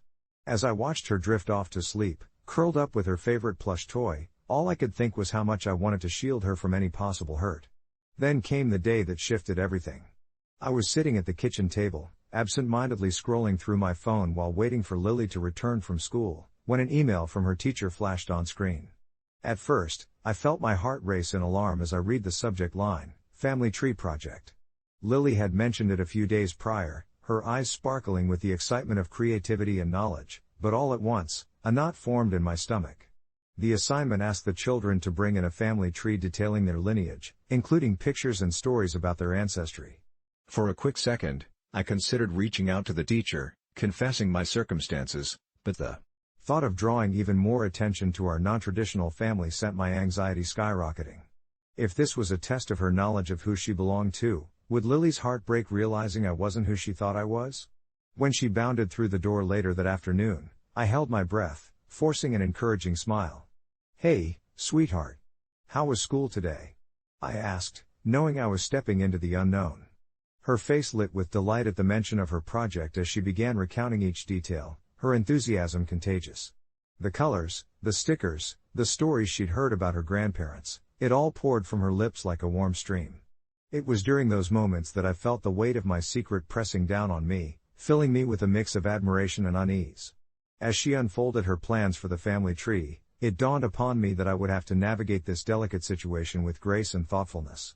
As we sat together, Lily busily cutting out images to represent the various family members she would include, I found my heart racing. I knew I couldn't put off the inevitable much longer. But as I watched her sigh after completing her art project, a soft smile gracing her face, I realized she was so incredibly proud of what she was creating. Instead of rushing toward that uncomfortable confrontation, I felt compelled to help her frame the narrative. "You know, Lily," I began gently, "family can be made up of many different branches and roots. Although some families look like a super elaborate tree, others might be more like a patchwork quilt of love." She looked up at me with her big, curious eyes, prompting me to continue. "What if we made this tree reflect all the people in your life who matter, those who love you just the way you are? It could be really special to include me, your mom, your grandparents, and anyone else you adore." As she pondered my words, a flicker of realization seemed to dance in her gaze, her creativity evidently igniting a deeper understanding of what family truly means. "Can I put stickers for my favorite friends?" she asked brightly, and I couldn't help but chuckle, a wave of relief washing over me as I saw her spirit flourish. It felt like a small victory, perhaps this was my child's first step toward embracing a broader definition of family. Embracing that ambiguity would give her strength and resilience in navigating this winding path. By the time the project was finished, I realized that I, too, had begun to rewrite my own story. As she proudly displayed the completed family tree artwork on the fridge, a beautiful representation of our unconventional yet profound connection, I felt the weight of my fear slowly evaporate, replaced with warmth and positivity. Our past would forever remain part of us, but love was the true anchor for our future. And as I tucked her into bed that night, I whispered the words I had nearly forgotten to say. "You are my heart, Lily. Always." In her sleepy eyes, I finally saw the reflection of trust. The weight of my challenge hadn't vanished, but I sensed the worry for the future, if only momentarily, felt lighter as I closed the door, heart full with a deep hope. Now, it seemed our intertwined tapestry would only continue to grow richer and more beautiful in the moments that followed. I always thought I had a handle on my life, at least until that day in late October when I met Simon.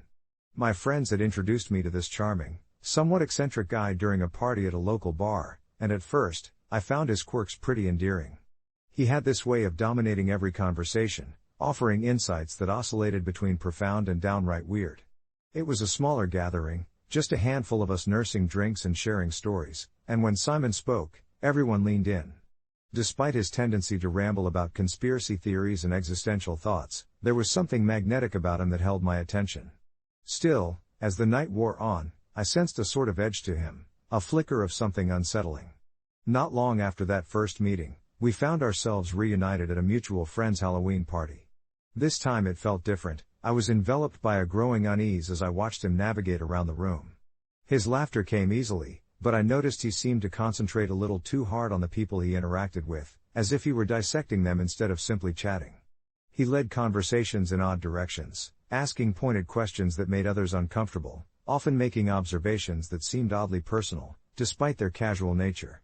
"You know, you really shouldn't be drinking so much on an empty stomach," he quipped to Jenna, who had been sipping her fifth cocktail. It wasn't just concern, it felt like scrutiny. Over the weeks, my initial curiosity morphed into apprehension. I joked with friends that I was convinced Simon was a spy gathering intel on our little group, but deep down, I had a nagging fear that there was more to him than met the eye. One evening, I found myself sharing a quiet drink with Simon. I thought we were just having an innocent chat, but he began probing deeper, asking about my childhood. It didn't feel innocent at all. He asked about my fears and insecurities as if he were keeping score. Sitting there, I felt vulnerable, like he had unearthed parts of my soul I wasn't ready to share. Days went by, and I noticed little oddities that further twisted the discomfort into an unsettling kind of tension. I discovered he seemed to know far too much about me, and it terrified me how he could recall seemingly trivial details from conversations.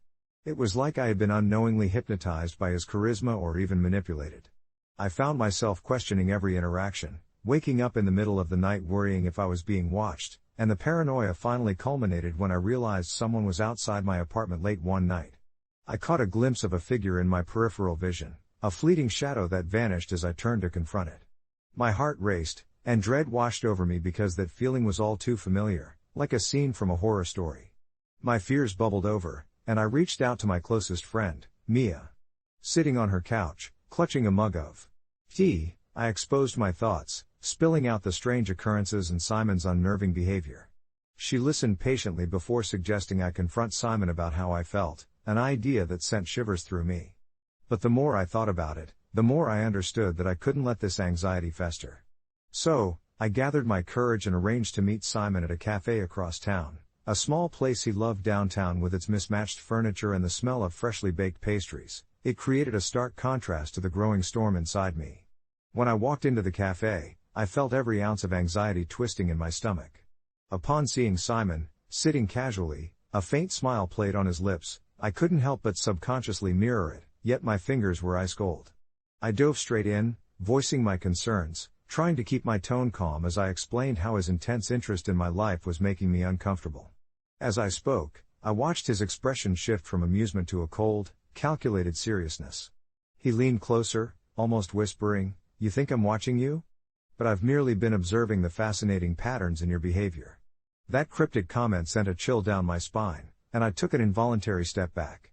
My mind raced as I stumbled to find words, but he continued. "People are so predictable, you see. We're all part of a grander experiment, a social behavior study that I've taken an interest in. Each of you is a case study that could unveil deeper truths about our existence." His confidence was disorienting, and I became acutely aware of the other patrons around us, observing me as if I were a persona in one of his twisted tales. I wanted to laugh it off, to walk away, but the fear was palpable. I excused myself, stepping outside into the brisk autumn air, letting the humidity of our conversation escape with every breath. Somehow, I managed to reach my car in a daze and drove straight to Mia's. I didn't sleep well that night. I tossed and turned, my mind racing through the possibilities of what Simon might do next or if he had already manipulated others in similar ways. Just as I felt the weariness seep into my bones, the phone buzzed, an unknown number, but I picked up anyway. "I told you," Simon said, his voice seeping through the receiver with an unyielding calm that made bile rise in my throat. "You're part of the experiment now. Don't worry, you're doing beautifully." I hung up, feeling the life drain from my body. I realized I had to get as far away from Simon as possible, cutting ties with anyone connected to him. I spent a weekend isolating myself, gathering strength, and when Monday rolled around, I put my plan into action. I contacted some of our mutual friends, explained my concerns, and they were surprisingly receptive. It turns out, many felt the same instinctual discomfort around Simon, but no one had voiced it aloud, fearing judgment or ridicule. As we shared experiences, it became clear that Simon wasn't just another quirky guy, he had been a creeping dread in our midst. Eventually, we decided to cut him out of our lives collectively, more empowered and relieved than terrified. Months later, as winter neared, I sat at home one evening, buried in a book, when another unexpected but familiar buzz jolted me. It was Mia, a shared article on a local Reddit thread called "What's the Creepiest Display of Intelligence You've Seen by Another Human?" The title alone made all our previous discussions flood back. In the comments, people recounted their unsettling run-ins with individuals who excelled in manipulation and mind games, a rush of disquiet that reminded me of Simon. As I read through the frightening tales, I couldn't help but wonder what had happened to him since we distanced ourselves. I found solace in the boundaries I had created and the collective strength of those around me. For the first time in months, I managed to smile, grateful that while some minds can turn dark, together we could harness our vigilance and illuminate the edges of our lives. Life was still unpredictable and frightening at times, but I knew with the right people around me, I could face the shadows lurking in the corners. The house felt lighter that evening as I reflected on my past with Simon, the flickering glow of the candles casting playful shadows on the walls. Each shadow seemed to dance, reminding me that while darkness has its place, so does light. It was quiet in my little home, the only sounds coming from the soft rustle of the wind against the windows. I allowed my thoughts to drift back to the moments I had spent with Simon, the way his laughter used to fill the air, a brilliant counterpoint to the grim tales he told that left a chill in the spine. There was a time when I thought his peculiar interests in the macabre were merely eccentricities, charming quirks in an otherwise ordinary friendship, until they slowly unraveled into something much darker. I remembered the night I had confronted him about my concerns. It was the weekend we attended that horror festival together, a backdrop of laughter mingled with eerie attractions, a perfect blend of delight and dread. Simon had seemed particularly fixated on one exhibit, a grim display showcasing relics of unsolved mysteries and the minds that perpetrated them. Enthralled and oblivious to my discomfort, he stood there, his wide eyes gleaming with a curiosity that pressed against the boundaries of sanity. I could still hear the precise way he had articulated his thoughts that night, how he spoke of the genius behind the chaos, marveling at the way intelligence could twist into something so unpredictable and horrifying. As much as I loved Simon, I felt compelled to separate myself from that energy, from the way he seemed to absorb the darkness, as if it was a fuel he wanted to consume. We're meant to explore life, not become ensnared in its darkest depths, I had said, and watching the sunlight fade that evening as we parted felt heavy, like ripping apart a thick tapestry we had woven together over years of camaraderie. I wasn't sure if I had saved him from himself or simply turned my back on the friend I remembered. In the months since, life carried on in shades of gray. I reconnected with old friends, leaning into laughter and warmth, rekindling a sense of community I thought I might have lost. Yet, the haunting questions lingered about Simon. Was he okay? Had I been right to walk away? And who was he without me? Each day I navigated these thoughts, trying to reconcile my memories with the resolve I built, telling myself time heals, even from the unseen fractures deep within friendship. One evening, as I thumbed through my usual online haunts, I stumbled upon a recent post that captured my attention. Ask Reddit, what's the creepiest display of intelligence you've seen by another human? Without expecting it, Simon's name flashed in my mind like a beacon through the haze of nostalgia. Curiosity spiraled within me, urging me to dig deeper. I clicked on the thread, half hoping to see a glimpse of him, perhaps a casual mention from some connection we had once shared, but it wasn't that simple. The stories people shared ranged from unsettling encounters with exceptional minds to bone-chilling displays of prodigious talent that had warped into something fearsome and complex. But as I scanned through the comments, talents that had emerged from shadows, one stood out to me, the tale of a brilliant mathematician who had calculated, quite accurately, how many people would evade justice. A subtle gnaw of recognition stirred within me.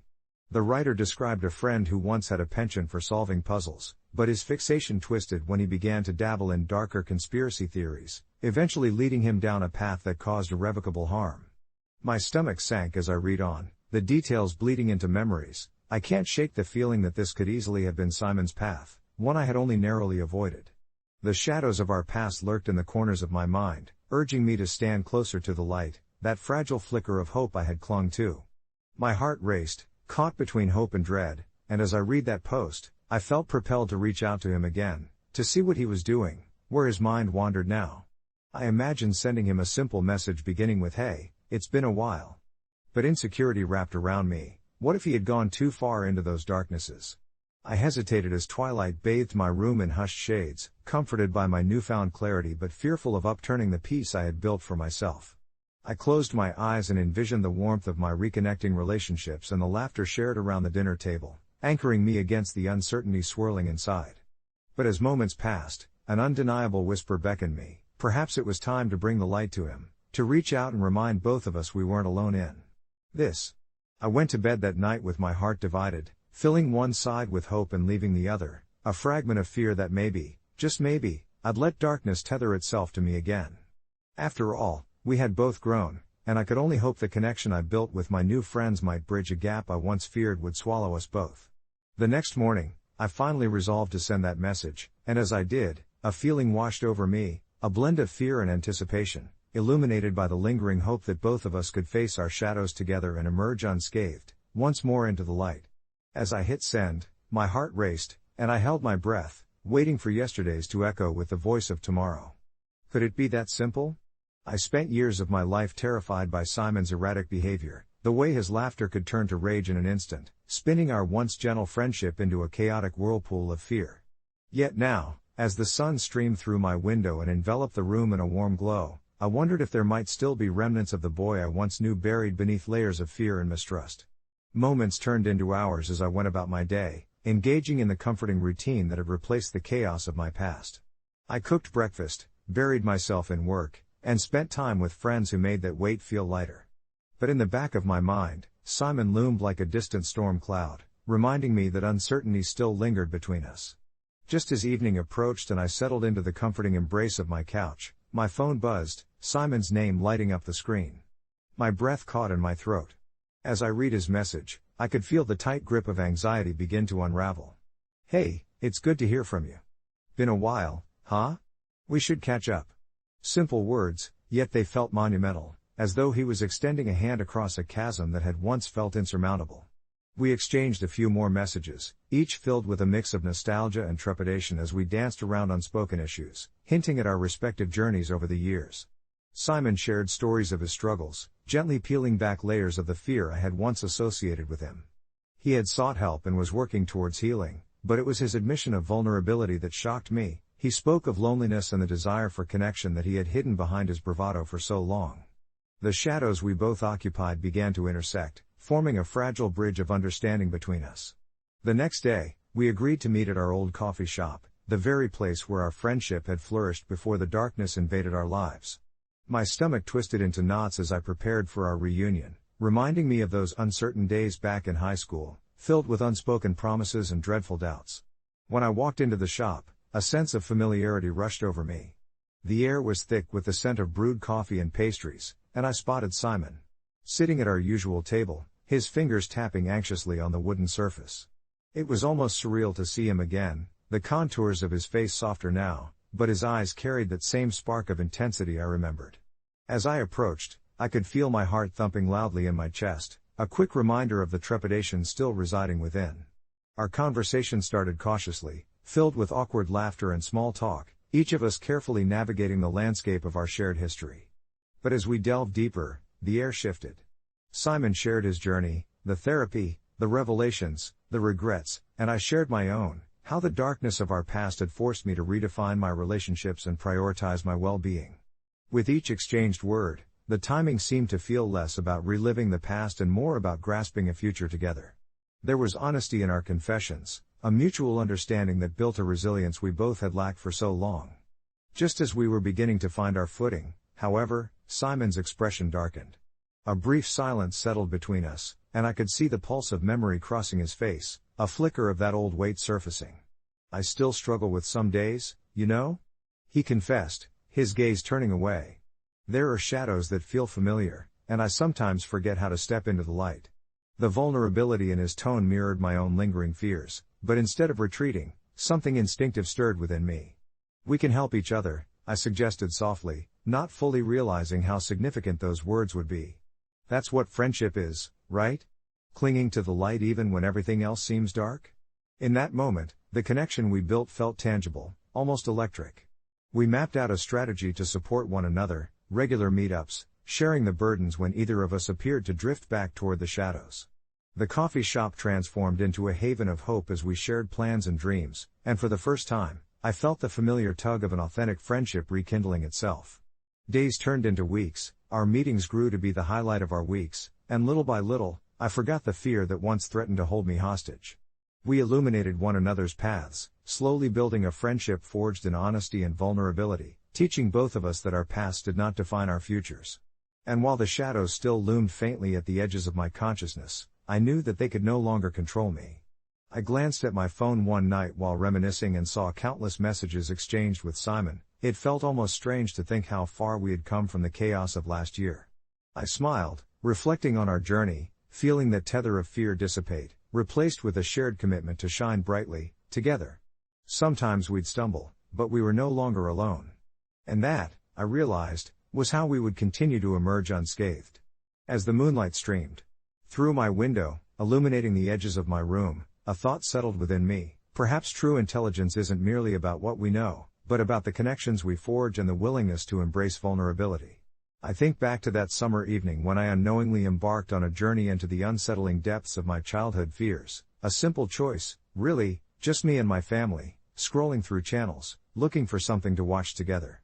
My parents were always keen on introducing us to classic films, and that night, my older brother suggested we watch The Wizard of Oz. Little did I know, this beloved tale, often regarded as whimsical, would spiral into something that left a haunting impression on my young heart.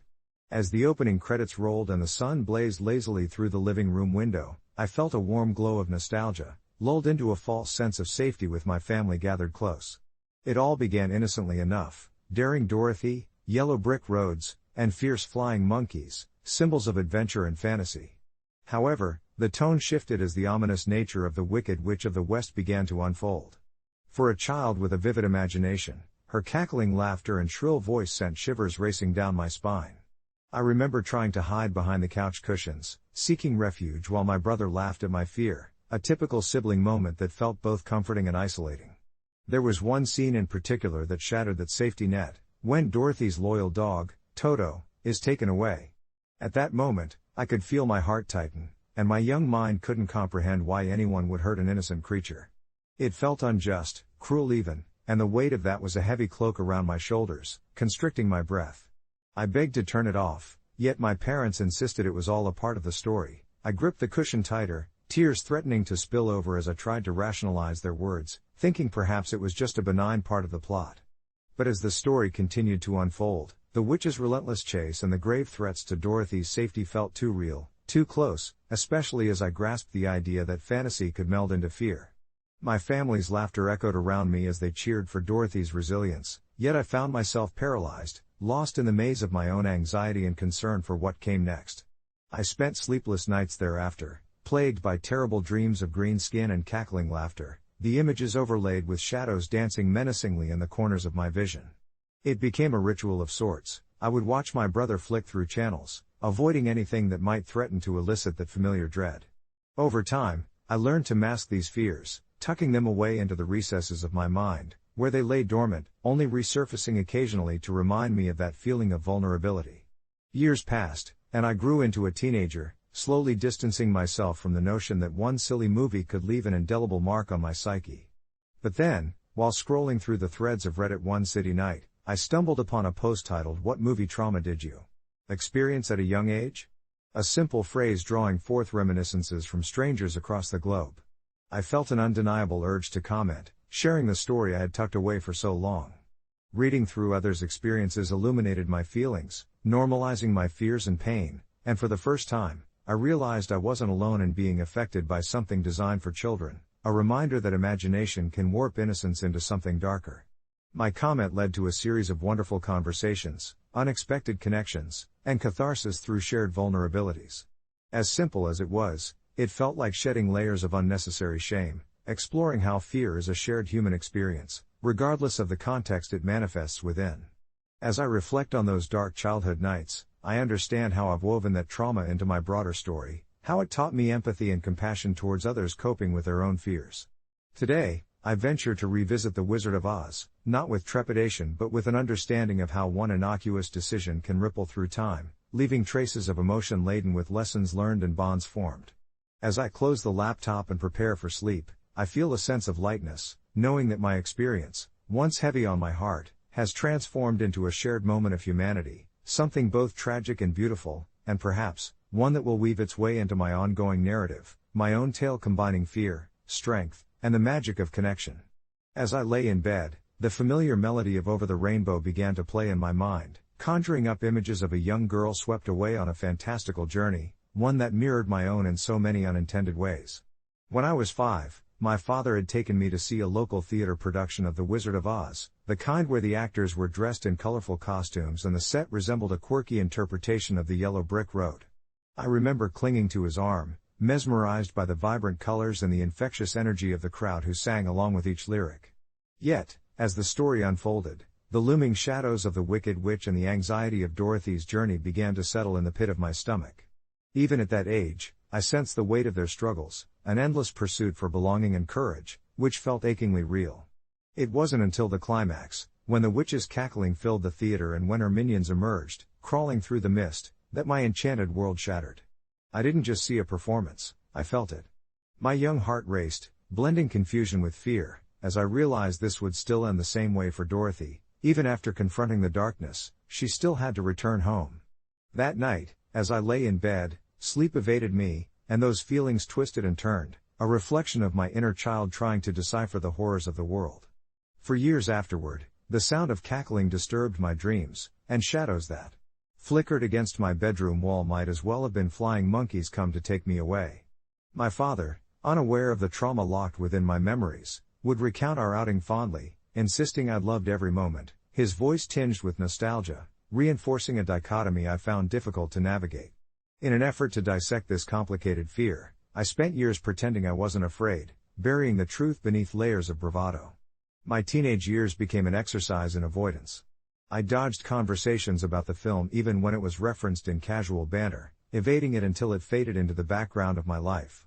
This avoidance seemed sufficient until I reached adulthood, where I began to realize how much I'd let that innocent childhood fear shape my decisions, how I shied away from challenging tasks, how I struggled with trusting others, and how I still occasionally flinched at laughter that boomed too loudly, as if it echoed the witch's echo.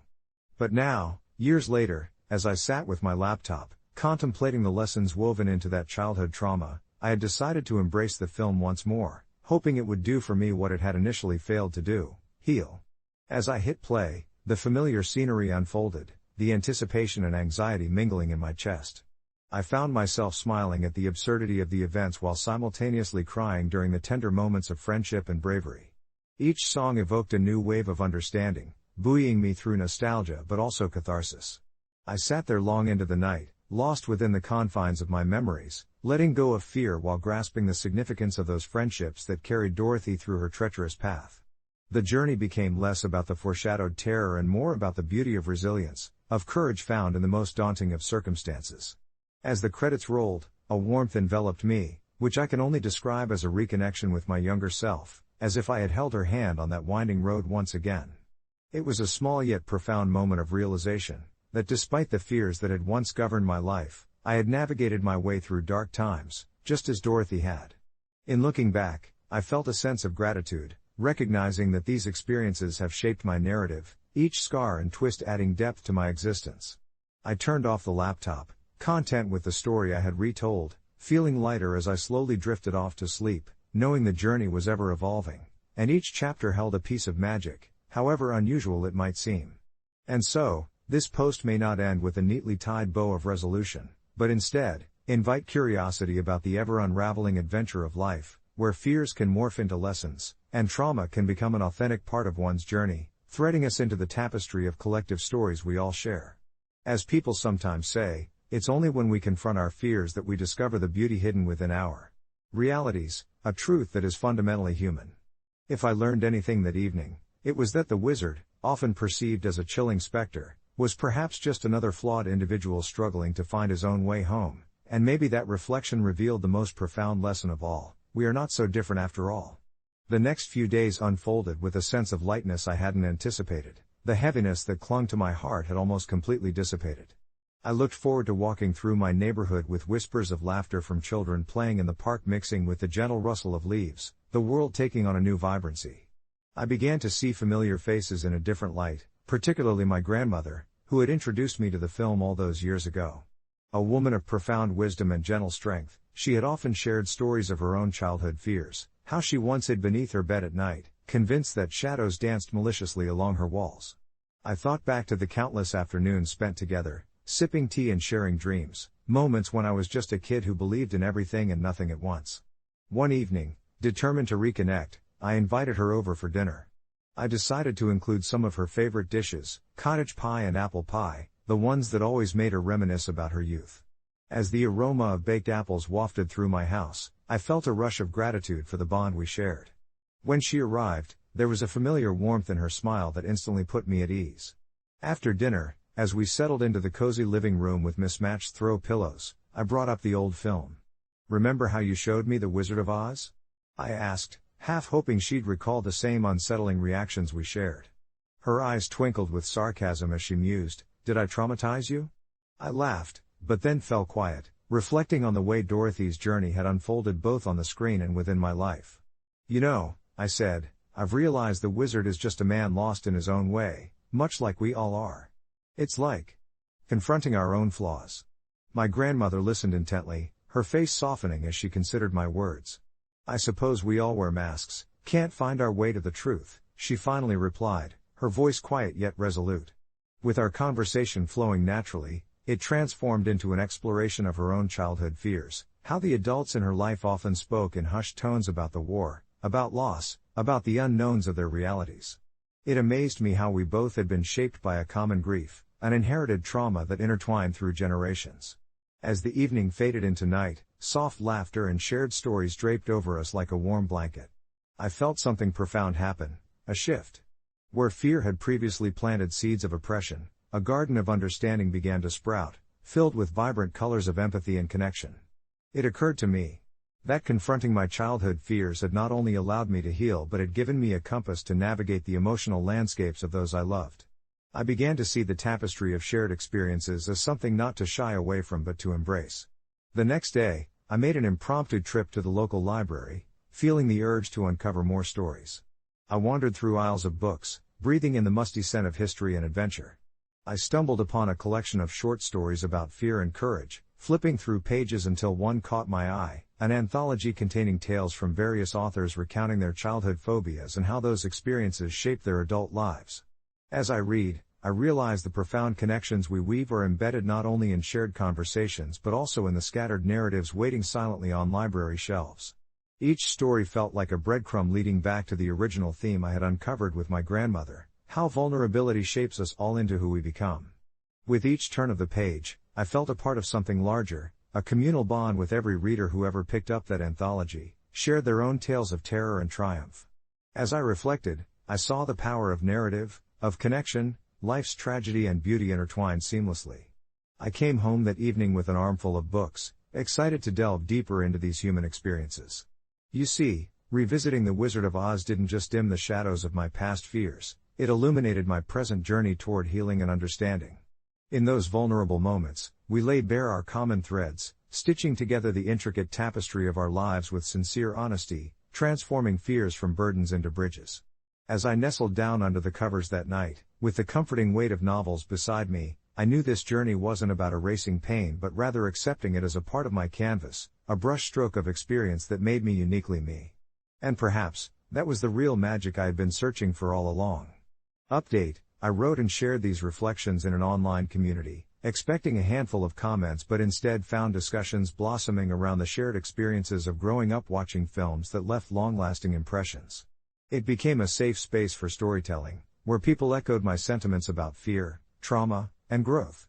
The most heartwarming part came when my grandmother joined the thread, sharing her own stories of loss and resilience, leading to a heartfelt connection with others in the comments. Through my act of vulnerability, the lens through which I viewed my grandmother shifted too, reminding me that our stories don't just shape us, they can open doors to others, bridging gaps we never knew were there. And in this digital age, we often find ourselves in the same vast, connected tapestry, richer for daring to share our truths. It's strange how success can turn familiar faces into strangers, and I found that out the hard way. Just 3 years ago, I was scraping by, working endless hours for a salary that barely covered my bills, while dreaming up my own tech startup. I had wrestled with self-doubt. My wife Lily's family often reminded me of my shortcomings in the most subtle, backhanded ways. During family gatherings, I could always count on Grandma Marge to chuckle lightly and say, "Oh, sweetie, maybe when you grow up you'll find a real job." Or there was my brother-in-law Dave, who would mention my entrepreneurial dreams with an eye roll, citing the statistics of failed startups over a whiskey glass that glinted like a mocking star. They thought they were being jovial, but the undercurrent of disdain was unmistakable, and though I always laughed it off, deep down, it hurt. After countless late-night brainstorming sessions, those sleepless nights turned into something tangible. I launched my company and, against all odds, It began to flourish. I found my stride, hiring talented individuals, attracting investors, and suddenly, the landscape of my life had transformed overnight. As my bank account swelled and the aura of success enveloped me, I was astonished by the way my in-laws began to treat me. It felt as if their earlier skepticism had turned into sudden affection, their calls more frequent, their invitations more insistent.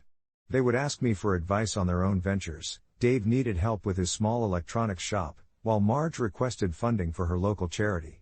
At first, I thought it was great. Surely this is what family does, right? We lift each other up. But after a while, the old feelings of resentment resurfaced. Their previous comments echoed in my mind each time I received a new request. I dug deep into myself and realized I was no longer the person they had always looked down on. One bittersweet afternoon, while I savored a cup of coffee and stared out the window at the busy street below, I made my decision. From that moment on, I stopped aiding them. No more money, no more advice, nothing. I felt a strange mix of liberation and guilt. How could I justify this? Was I really an asshole for wanting to distance myself from their past condescension? I recounted to Lily what I had done, my heart heavy with fear of her reaction.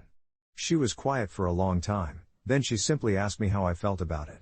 I admitted that I felt empowered, but I also worried that it made me unkind, perhaps unforgiving. "You deserve the respect you've earned," she finally said, reaching out to squeeze my hand. It was reassuring, but the nagging doubt remained. Soon enough, Thanksgiving rolled around, and the air was thick with tension. As expected, they were all too eager to reunite and discuss my success over turkey and stuffing, but I felt like a ghost at my own table. All the smiles felt forced, their inquiries laced with a touch of desperation and inadequacy. When Grandma Marge asked for a loan to help refurbish her house, I simply smiled and said I couldn't, that I was focusing my resources on my business. The silence that followed was deafening. I could practically see them reeling, struggling to reconcile the image of the once struggling me with the successful version I had now become. It dawned on me that perhaps they feared my rise. I had become the embodiment of everything they used to mock. Eventually, the evening wore on with awkward conversation and strained laughter. It seemed the air of pretension engulfed us, heavier than the dishes piled around the table.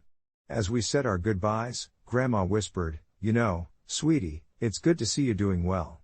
Just remember, family is everything." I nodded, but inside, I felt a strange emptiness, a realization that maybe it wasn't that simple for me anymore. Days turned into weeks, and as I walked the fine line between emotional isolation and newfound freedom, I wavered between self-assurance and regret. I still thought of those family gatherings, how they had shifted so drastically, like falling leaves, beautiful yet tragic. A few months later, after a long day of work, I received a message from Dave, revealing the struggles he faced with his shop. In a moment of weakness, I contemplated extending my hand again but then recalled those biting words from the past. Choosing to stay true to my convictions brought a sense of solace and resoluteness. So, I crafted a balanced response, offering a single piece of advice. Stay determined. You have it in you to succeed. It was an echo, a reassurance of what I had once been. As I laid down that night, I realized I might not be the one in the wrong. Sometimes, severing ties isn't unloving, it's an act of self-preservation. And who knows? Maybe one day we could find a way back to each other. Maybe their perceptions would change, perhaps mine would too. With that thought, I drifted into a dream, a serene visage of hope amidst uncertainty. Update: several months later, I've been contacted again by my in-laws, this time more amiable, with heartfelt apologies and a recognition of their previous behavior. They've actually sought out some of my advice for their own businesses, and while I remain cautious, I'm willing to extend a hand again, just a little. Maybe the road to healing is slow and winding, but I'm finding peace in this journey. As the months rolled on, I often found myself reflecting on those turbulent times with my in-laws. Their negativity had loomed like a shadow over my accomplishments, dampening the pride I felt in my newfound success. Yet, as I watched my own business flourish, I began to ponder whether their critique had been more a projection of their insecurities than a true measure of my worth. I used to dread family gatherings, worrying that I'd have to endure their condescension, but now there hung this strange possibility in the air, an olive branch of sorts. When I received the message from my sister-in-law, I felt a mix of anticipation and caution. Her words were different this time, dripping with sincerity and regret, a stark contrast to the disbelief I had grown accustomed to. "Can we talk? We've been thinking a lot about everything," she typed, and each word pulled at a thread of hope I had nearly severed. That evening, I decided to meet her for coffee, carrying the weight of my reservations like a heavy cloak. As I walked into that familiar cafe, the scent of roasted beans enveloped me, grounding me as I scanned the room for her. When our eyes met, I noticed the tremor in her hands. It mirrored how I felt inside. Practically tiptoeing around the remnants of past grievances, we exchanged pleasantries before she dove in, expressing how their thoughts had shifted. "We've watched you grow from afar. It wasn't fair to judge you the way we did, and I realize now how deeply I misrepresented you," she confessed, sincerity shining in her eyes, and for the first time, I felt a flicker of empathy surface for her struggles. Listening to her recount her own setbacks and the toll they had taken on her self-esteem, a part of me shifted as well, as I understood that we all wrestle with our defeats. I shared my experience, too, describing the pressure of climbing the ladder of success alone, a journey filled with both exhilaration and loneliness. As we spoke, the barrier between us began to dissolve, but the lingering distrust still lingered like an uninvited guest. Nonetheless, I sensed a desire for reconciliation growing, patchwork stitching together the ripped seams of family loyalty. Later, when I returned home, my wife greeted me with a knowing smile. She could tell I'd been wrestling with my emotions but also saw the subtle shift in my demeanor. I felt lighter, as though carrying this burden for so long had only bound me, and I wasn't convinced the past could ever truly be forgotten, but perhaps it could be transformed into something new. Over the next few weeks, I exchanged messages with my in-laws, cautiously engaging with their requests for advice, offering my insights into their ventures. They were eager to learn, humbled in ways only harsh reality can teach, and I found myself reveling in the irony that I, once the scorned, now played the role of mentor. As I watched them embrace their new roles, peacefulness enveloped me. Within the cracks of our past, budding companionship sought to emerge. But with every message and every encounter, I kept my heart grounded, vigilant against letting history repeat itself. Trust takes time to mend, and while the path forward is uncertain, I've realized that healing often requires both vulnerability and boundaries. I might have stepped into this journey tentatively, but each small interaction now feels like a step toward a brighter future. Am I the asshole for having almost severed ties? Perhaps. But sometimes, in the space where hurt and healing collide, understanding can create a bridge, one where I've started to rebuild, one cautious step at a time. As the days turned into weeks, I found myself in a peculiar state of reflection, teetering on a tightrope stretched between the past and the potential future. Each email from my in-laws pierced the silence of my routine, a mixture of trepidation and curiosity spiraling through me. I would sit at my desk, the golden afternoon light spilling through the window, casting patterns on the floor, and I would stare at their names on the screen as if they were foreign inscriptions from a long-gone civilization. It wasn't that I wanted to forget their past behavior, how they had scoffed at my ambitions and belittled my modest beginnings in favor of grounded expectations, but there was something persistently hopeful about their current tone. Their messages dripped with sincerity, laced with admissions of previous harshness, and I wondered if they, too, felt the weight of that pivotal moment when my little tech business surged into a thriving venture. It became evident that they weren't just reaching out with empty niceties, they were grappling with their own narratives, reconciling their feelings, and wondering if the family they had once deemed beneath them could now be considered a source of guidance. In one of those exchanged emails, they proposed a casual lunch, a neutral ground, a safe space for both sides to express and explore without the stifling attachment of unresolved tension. I found myself conflicted, tapping my fingers against the polished wood of my desk, picturing the cafe where we might meet, a quaint little spot with soft jazz playing in the background, birds chirping outside, and the smell of freshly brewed coffee wafting through the air. What if I walked in, and the very sight of them ignited a whirlwind of my old hurt? Or what if, in the midst of pleasantries, I found a surprising twist of warmth amidst our shared history? Ultimately, I decided to agree to the lunch. Perhaps it was the willingness to embrace both the potential for pain and healing that propelled me forward. As the date approached, I crafted a mental script, a blend of caution and openness, how I might articulate my feelings but blend them with understanding. The moment I stepped into that cafe, my heart raced with each breath, a symphony of uncertainty built within me. I saw them there, my in-laws, sitting at a sun-drenched table, visibly different from the sharp-edged figures of my memory. Their smiles were soft, framed by an unfamiliar tenderness that made it hard to reconcile with the past. The conversation began stilted, filled with careful pleasantries and awkward laughter until eventually, warmth began to seep in, easing the tension like the gentle coverage of a summer blanket. As we talked about benign topics, I felt an invisible barrier start to wane, replaced by a creeping sense of shared humanity. Their stories of struggles echoed my own, their dreams revealing shades of ambition that once felt hidden beneath their dismissive exterior. Something within me flickered, a burgeoning understanding fueled by empathy. I saw them not as the antagonists of my story but as individuals who, like me, were navigating their own trials in a rapidly shifting world. The discussion eventually shifted towards our businesses. I could feel them leaning closer, seeking not just my counsel but aiming to share in mutual growth. And as I offered insights, I realized that this was what healing looked like, not denial of the past but rather embracing it as part of the complex tapestry of relationships. It felt liberating, almost as if by extending my hand despite my previous reservations, I was affirming my worth not just as a son-in-law but as a person with insights worth sharing. Weeks turned into months, and slowly, a new rhythm began to form. We exchanged phone calls that seemed to ease into the comfort of familiarity, their laughter weaving through my days like the melody of a calming hymn. Their once utilitarian approach to me transformed into a blooming collaboration of ideas. There was an almost childlike enthusiasm in their exchanges, a realization that they could learn from me just as much as I could learn from them. It was a refreshing reversal of roles that dispelled the lingering shadows of resentment. Yet, I upheld my boundaries. I was watchful, guarding against the cynical whispers that danced in the corners of my mind, reminding me of the bitter words once spoken. It was a balance, one that required patience and discernment, but I knew that healing isn't merely a linear journey, it's more like a winding path through an intricate forest, where even the hard roots can display breathtaking blooms when nurtured patiently. Sometimes, I still find myself reflecting on whether my initial decision to put distance between us was right. Am I the asshole for having almost severed ties? The answer remains murky, cloaked in the complexities of human emotion and interaction. Yet, through this journey, I have come to embrace the ambivalence, allowing it to shape me rather than confine me. I realize that forgiveness is not an erase button but rather an ongoing negotiation of ourselves with those we share history with. And so, where once I felt fragmented, haunted by the past, I now sit in a quieter place, knowing that bridges can be rebuilt if we are willing to put in the effort, and that sometimes, it's in our grappling with hurt that we stumble upon unexpected beauty.